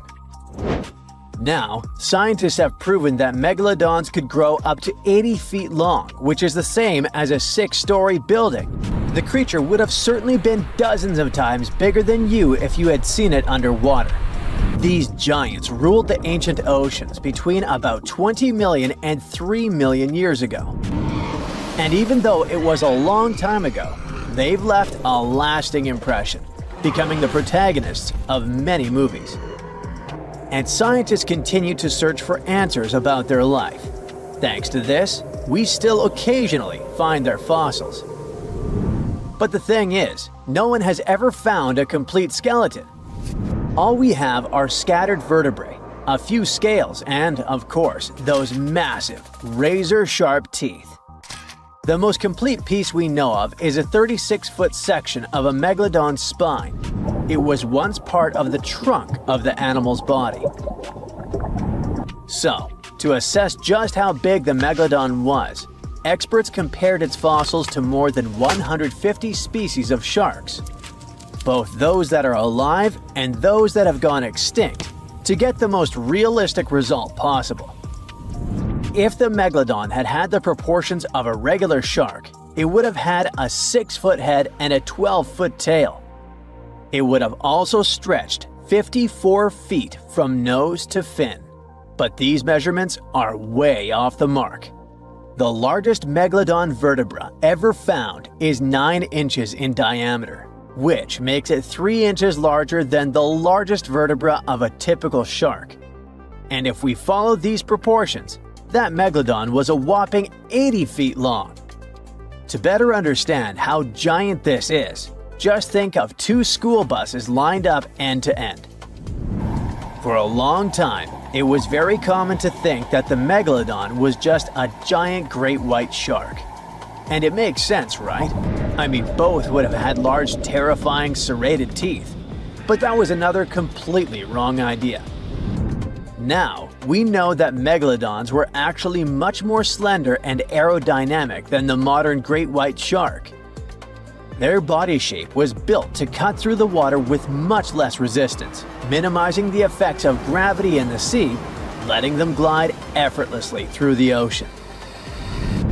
Now, if Megalodon wasn't just another great white shark, what other animal of the same species was it most similar to? Surprise! In fact, it had more in common with the modern lemon shark. This species has robust and powerful bodies, 2 large dorsal fins, and blunt snouts, which makes them really fast and agile hunters, like prehistoric predators. In other words, while thinking about the megalodon, you can imagine a giant, turbocharged lemon shark. This is the most modern comparison of the megalodon with another animal, unless scientists find a complete skeleton of the ancient shark. But it's not common to find complete shark skeletons. They're rare because they're actually made not of bone but of soft, coated cartilage, like the stuff in human noses and ears. Their teeth are the boniest part of their bodies, and it's the reason why we've found so many of them. Yet, a complete skeleton is like scattered puzzle pieces to us. There's no solid bone to hold these pieces together, so the whole thing is very vulnerable to falling apart. Still, it's actually possible for an entire shark skeleton to survive. In these cases, very specific natural phenomena have to come into play. The skeleton needs to get buried super fast in mud or sediment, free of any kind of scavengers and away from ocean currents. Otherwise, it simply disintegrates before it can fossilize.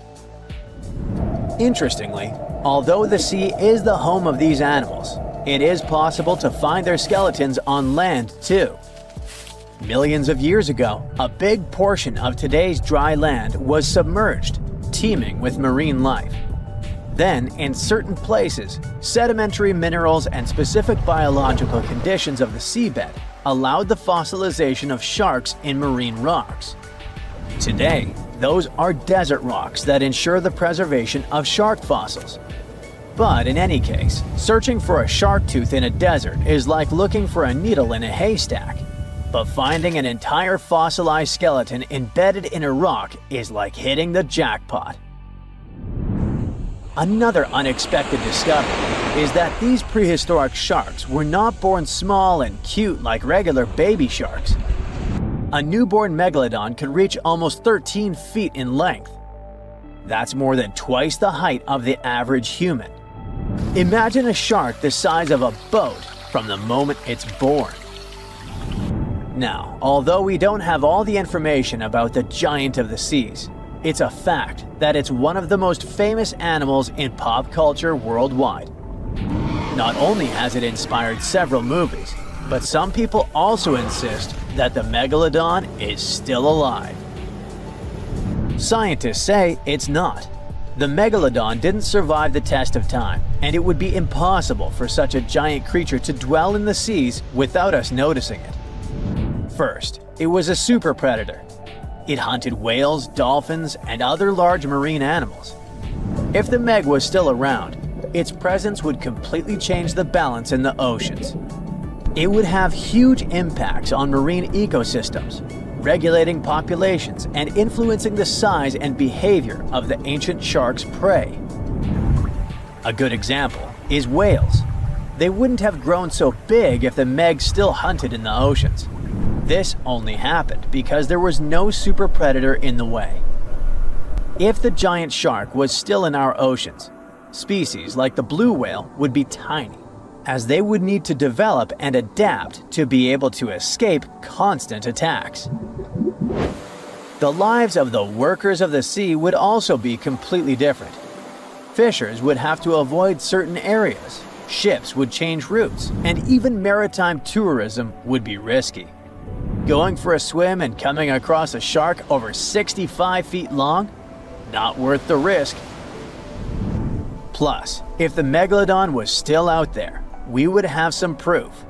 Commercial fishing catches millions of sharks every year, and a monster of this size would not go unnoticed. Not to mention that with all of today's technology such as drones, satellites, and submarines at our disposal, someone would have already recorded an encounter with this living legend. By the way, most sharks, like most fish, are cold-blooded, but the reality for Megalodon was different. This giant was able to keep its body warmer than the surrounding ocean. This gave it an advantage over other sea creatures, allowing it to remain fast and active even in colder waters. It was a survival advantage that other animals of its kind did not acquire during their evolution. One of the most famous theories is that the meg lives in the Mariana Trench, but scientists are sure that it doesn't make any sense. This region is poor in food and has many tiny creatures, which would not be nearly enough to sustain a large predator. In addition, there's a lot of research studying countless sharks that live in the ocean depths, and none of them come close to the size of the megalodon. So, does the megalodon still exist? Definitely not, but that doesn't mean it isn't any less mysterious and fascinating. Ooh, from giant spiders to venomous snakes, we all get freaked out by Australian creatures. Yeah, me too. But newly discovered fossils show that things were way more dangerous 120 million years ago, when this land was completely ruled by massive razor-clawed megaraptors. Yeah, I'm glad I wasn't around then. These dinosaurs were about 26 feet long and walked on two legs, just like the famous T-Rex. They were fast, fierce hunters, with a superpower: their hug. Yep, their massive, muscular forearms had huge curved claws, perfect for grabbing and holding onto prey. Uh-oh. They would wrap their arms around their poor victims, just like a hug, and trap them with no chance of escape. And even though their teeth were quite small, they were still sharp enough to rip through flesh. The first time we heard about megaraptors was in the late 90s, when a paleontologist discovered their fossils in the region of Patagonia, Argentina. Since then, no one has ever found a complete skeleton, only fragments. But probably the most important one yet was uncovered in Australia at the beginning of this year. Researchers were exploring Victoria's stunning coastline when they stumbled upon megaraptor fossils. First, they spotted bones from its lower legs and a few vertebrae washed up on the beach. Even though they were working with just a couple of fragments, a deeper analysis confirmed that these belonged to a megaraptor. And not just any megaraptor, it was the oldest one ever discovered. This discovery gets even more exciting because it adds weight to the theory that these dinosaurs might have originated in Australia. But we already knew that they roamed the land down under since early 2023, when researchers found the top of a megaraptor skull in the country. So let's rewind a bit. We first found their remains in Argentina, right? Right. But then, years later, researchers found fossils of the same family of dinosaurs on the other side of the world, in Australia. If the ones in Oceania were older, how did these creatures end up in South America? Of course, they didn't fly there. They didn't cross continents by swimming either, although there is a theory that they could swim. Remember, we're talking about the dinosaur era, which happened millions of years ago. And back then, Australia and Argentina were actually pretty close. Basically, they were one. Both lands were part of the supercontinent known as Gondwana, and they were connected through Antarctica. Wait, but wasn't this path freezing? I mean, yeah, these dinos had to pass through Antarctica to get to their destination, but they weren't freezing their tails off. This all happened during the mid-Cretaceous period, when the weather was super warm. Back then, the poles were covered in plants, not ice. So let's just say they took full advantage of the good weather to make the crossing. Now, about 180 million years ago, Gondwana started to break apart. At some point, Australia drifted away from the supercontinent, cutting it off from other landmasses, including South America. That's why the same dinosaurs showed up in completely different parts of the world. Mystery solved. Now, let's get back to that recent discovery. The researchers didn't just find a few traces of megaraptors on the beach. In total, they uncovered 250 dinosaur bones at the site, but only 5 of them were really important. They belonged to 3 different species of dinosaurs that, as it turns out, all lived in Victoria at the same time. So yeah, we've already talked about those first 2 bones. They were from the megaraptor. Next, we have a shin bone from a unexplained. That's my best shot at pronouncing it. It's a dino also known as the southern raptor. This is a type of dromaeosaur with a long snout. And the last 2 shin bones of different sizes came from a Carcharodontosaurus, whose name means shark-toothed lizard. This one is a particularly big deal for 2 reasons. Number 1, it's the first evidence that this species lived in Australia. And number 2, it was small, and that is pretty surprising since we've always thought of this species as being massive. Fossils found in Argentina, for example, show this dinosaur reached a length of about 36 feet. But the one in Australia was much smaller, measuring only around 6 to 10 feet long. And that's still plenty big. Basically, what we're saying is that the way predators were ranked in these 2 parts of the world was completely different. In South America, Carcharodontosaurs grew to massive T-Rex-sized giants, towering over megaraptors and dominating the landscape. But in Australia, it was the complete opposite. There, huge, powerful megaraptorids roamed the land alongside smaller Carcharodontosaurs. So the predator dynamic was different. And all of this just shows how unique the ecosystem in Victoria was back then. Although isolated dinosaur bones have been found in Western and South Australia, most of the fossils come from the eastern part of the country, like Queensland. And there, researchers dug up something really, really rare: a well-preserved dinosaur skull. The study shows that this bone belonged to the 4th discovered specimen of Titanosaur. This group includes those massive long-necked dinosaurs. They look like the Brachiosaurus, but some of them were even bigger, reaching 120 feet long. The skull, discovered in 2018, belongs to this guy, whose pronunciation is above my pay grade, and the research points out that it roamed the Earth around 98 million years ago. Thanks to this find, scientists were able to recreate, for the very first time, what its face might have looked like. Probably after checking out the illustration, they thought, hey, it looks a lot like its cousin. They were talking about another species of Titanosaur, this other unpronounceable guy. And guess where they used to live? Yep, in Argentina. So, this research also supports the theory that dinosaurs crossed between South America and Australia during the mid-Cretaceous period. Now, this wasn't the only secret buried in Queensland, though. In 2024, researchers working there discovered the fossilized remains of a new species of pterosaur, about 100 million years old. These creatures were the first vertebrates that could actually fly, existing alongside dinosaurs. They were massive, powerful predators, with wingspans of up to 36 feet. But these remains belong to a new species within the pterosaur group, which they have named Hakuna Matata, or something similar. Compared to their cousins, they were on the smaller side, with a wingspan of about 15 feet. Still, that's bigger than a snowy albatross, the largest flying bird we have today. This species of pterosaurs were terrifying beasts, flying over the ocean to hunt for prey. Once they spotted their victim, they'd snap open their 60-centimeter jaws, filled with sharp spike-like teeth, and, well, I guess there was no escaping that. The last incredible discovery we're talking about today also comes from Queensland. For over 20 years, students walked past a plain-looking rock at Biloela State High School completely unaware that it held 66 dinosaur footprints, and they date back about 200 million years. These prints were made by a group of these Latin-named guys.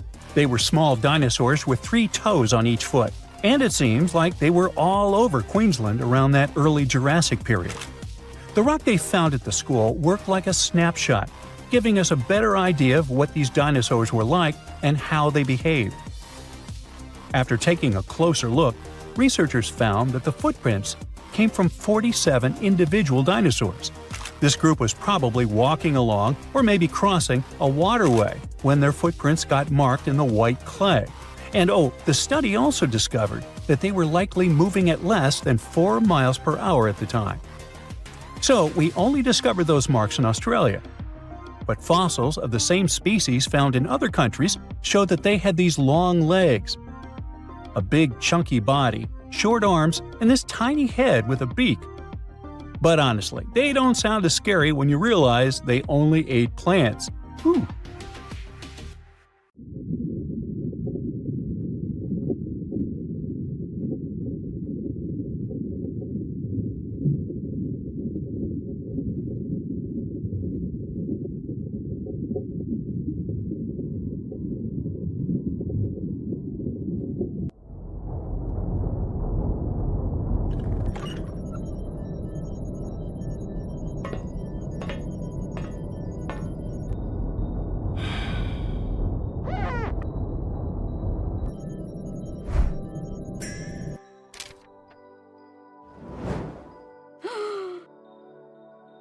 Listen, I actually wanted to ask you something. Shh, hold on. I think I saw something. A fish? No. Come over here.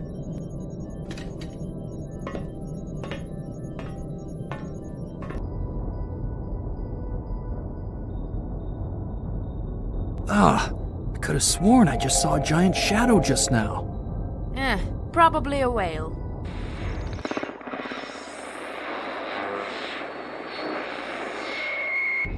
Is this also a whale? I doubt it. Well, wherever it was, looks like it's gone now.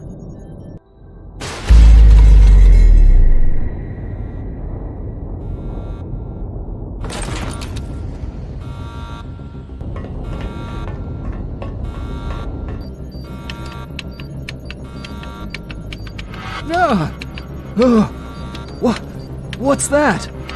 I don't know.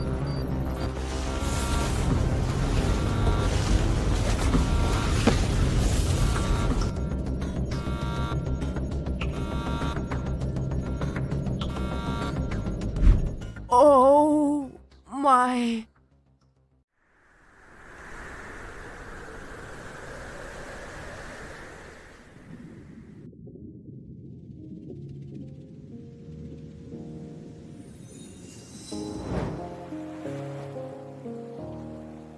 No, Meg, we can't. I won't survive the pressure.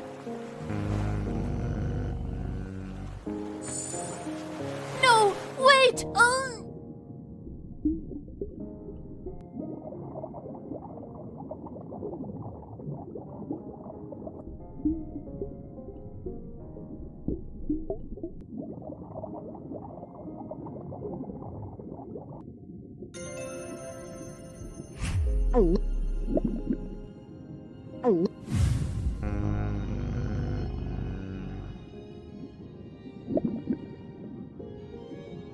Meg, I can breathe and talk too? But how? Meg, wait!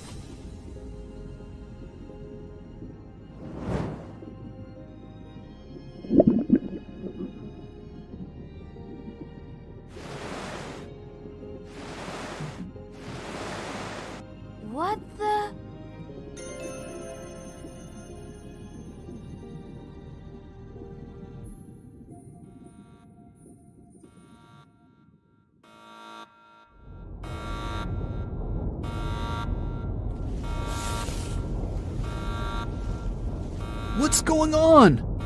I don't know, but this creature. I've never seen such a monster before. Ah!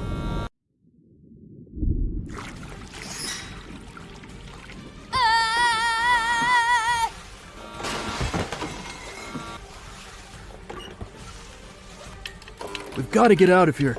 Come on! Not a thing is working! This stupid junk! We have no choice.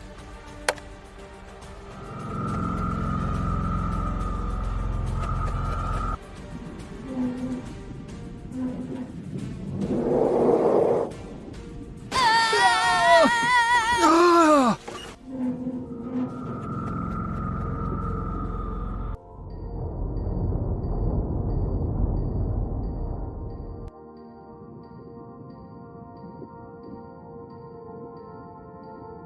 What does it all mean? I thought I'd heard something.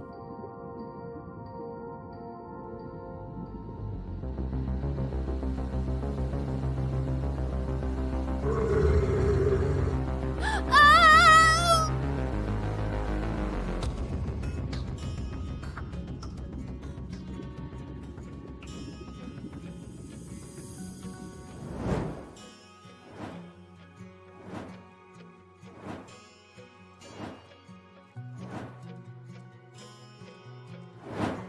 This door.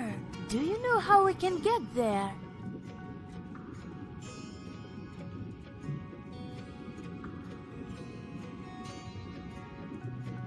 Well, let's go?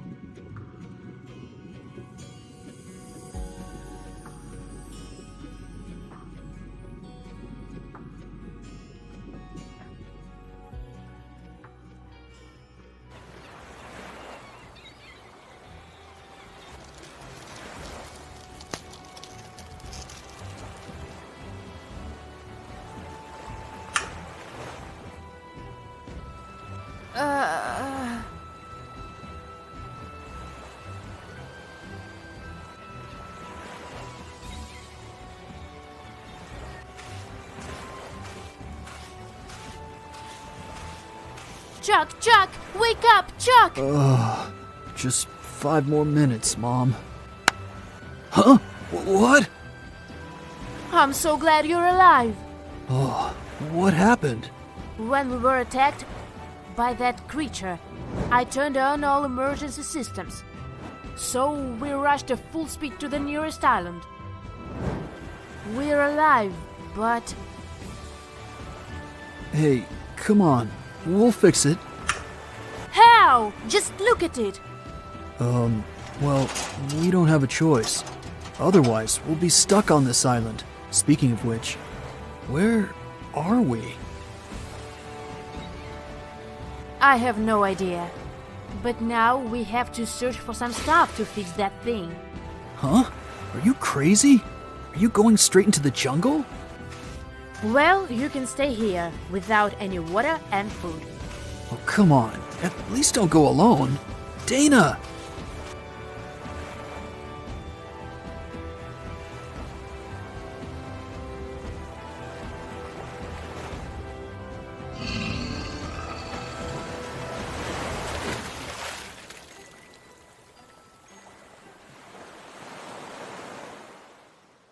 Welcome to another fight of the century.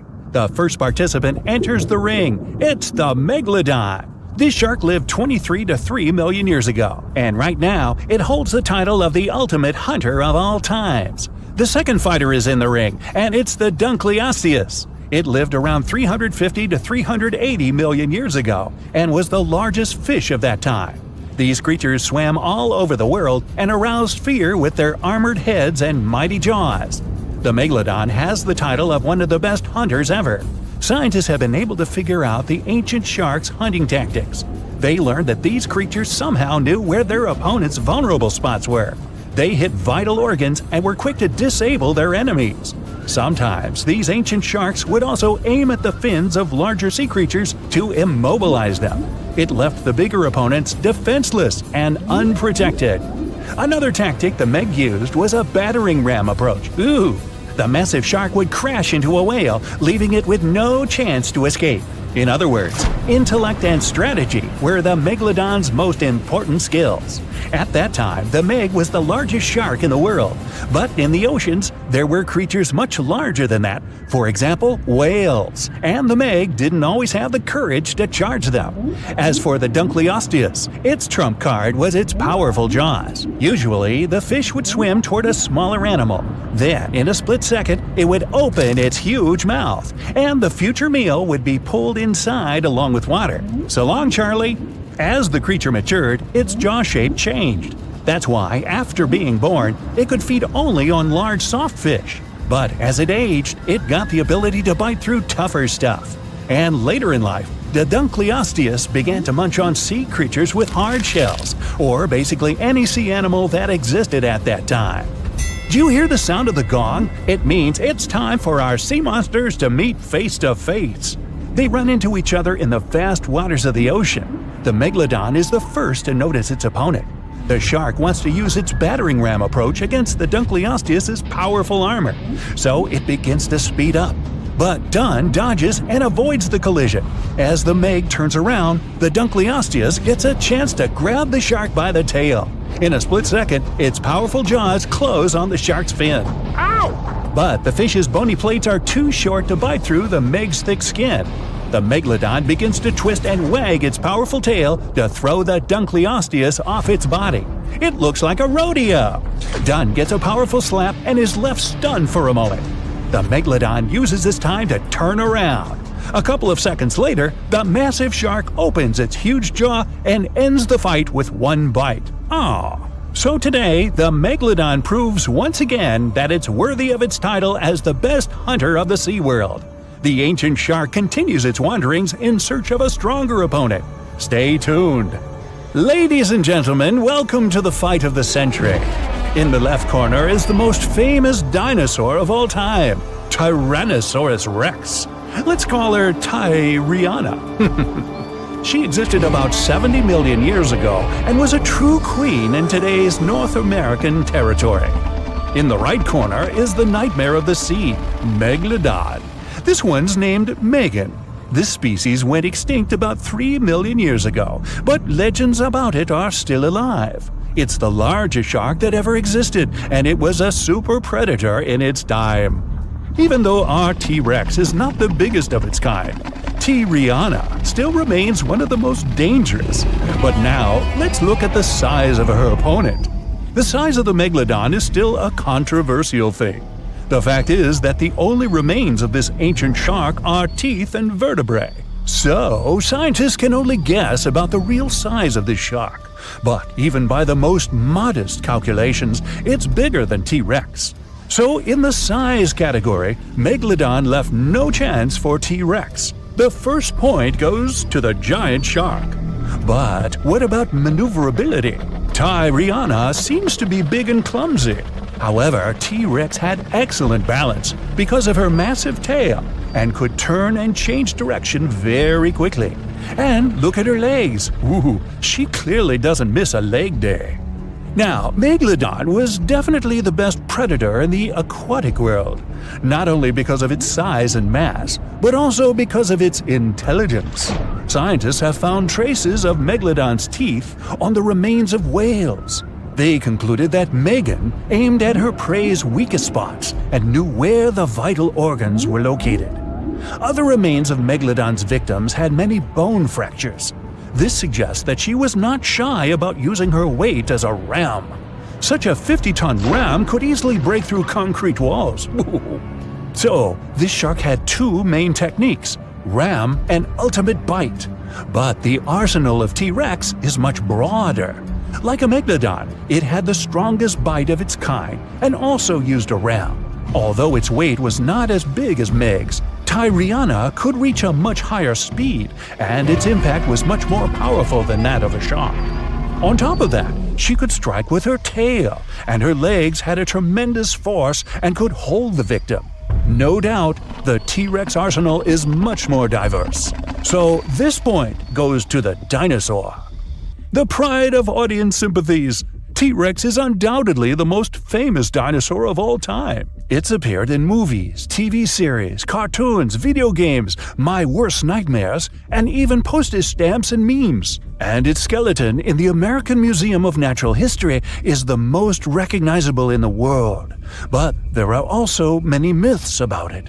For example, the idea that it could only see moving objects. In a famous movie, the heroes escape from a T-Rex by just remaining frozen in place. Well, first of all, a dinosaur could easily smell them. Secondly, the T-Rex had excellent vision. It was actually 13 times clearer than humans. Megalodon, on the other hand, had the reputation of a real devil.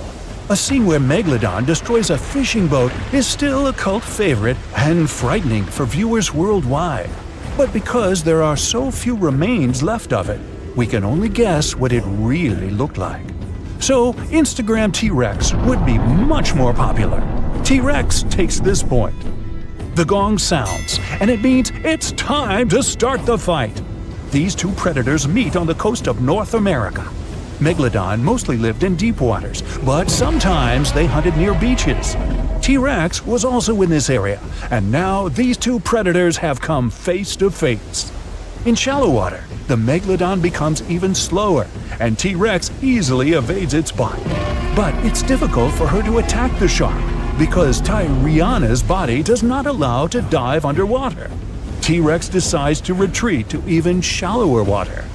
Megan the Megalodon drops, trying to bite the dinosaur, and just rams her with all of her 50-ton weight. The T-Rex loses her balance and falls down. Now nothing can help her. Ooh. So Megalodon proves again that she was the ultimate predator and could easily defeat the world's most famous dinosaur. Now imagine a creature with a body that is reminiscent of a cuttlefish, with eyes sticking out from stalks like a funky headband, fins on its tail, and a long skinny nose ending in a mouth full of teeth. Or maybe this thing could be a claw. Yep, the Tully monster is on the move. It's definitely one of those freaky creatures you wouldn't like to face while scuba diving somewhere. Luckily, it went extinct 300 million years ago. This unusual marine beast was discovered in the 1950s in Illinois, and scientists couldn't even agree what it really was. Some thought it was a vertebrate, which means a group of creatures with a spine, like us humans. But a team of researchers in Japan studied many fossils of the Tully monster, using advanced laser scanning technology to check them in detail in 3 dimensions.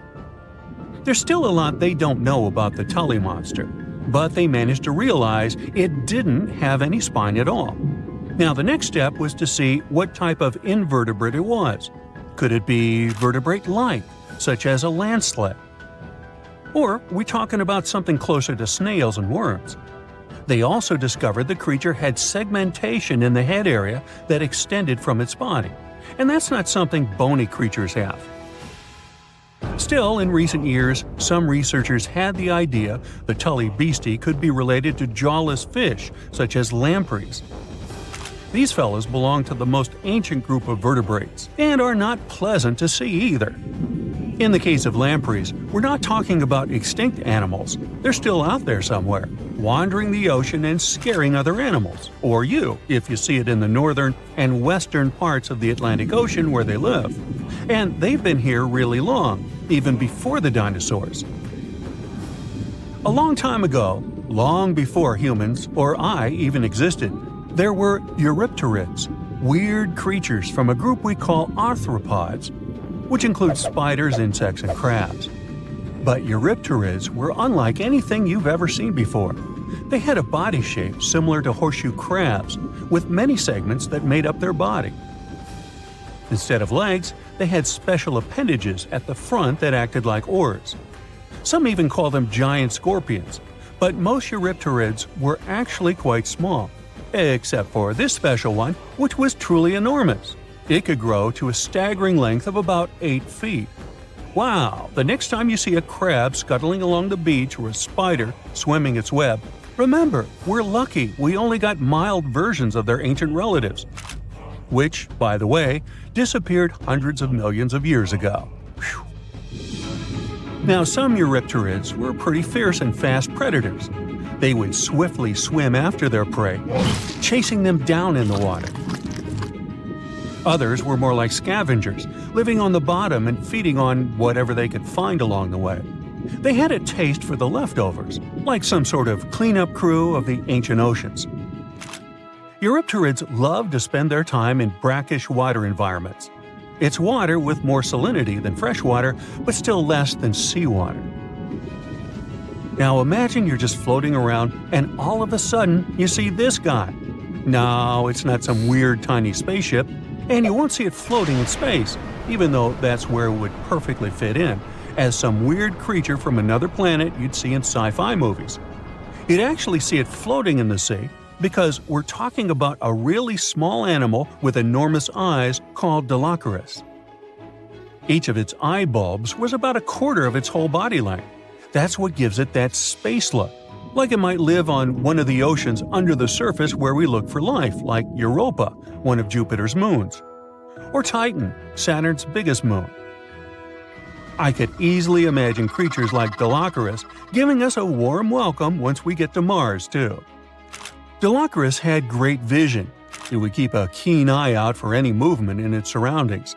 Once it noticed something, it would swiftly launch its spiky appendages forward. At first, these things looked like tools for fixing stuff, but Dilophosaurus actually used them to capture smaller arthropods. The unusual thing is that even though it had such great eyesight, Dilophosaurus still spent most of its time catching prey in brighter waters near the surface. And yet, scientists found its fossils in the rock layers that are more often associated with darker environments, where animals such as deep-sea crinoids and vampire squids reside today. It's confusing.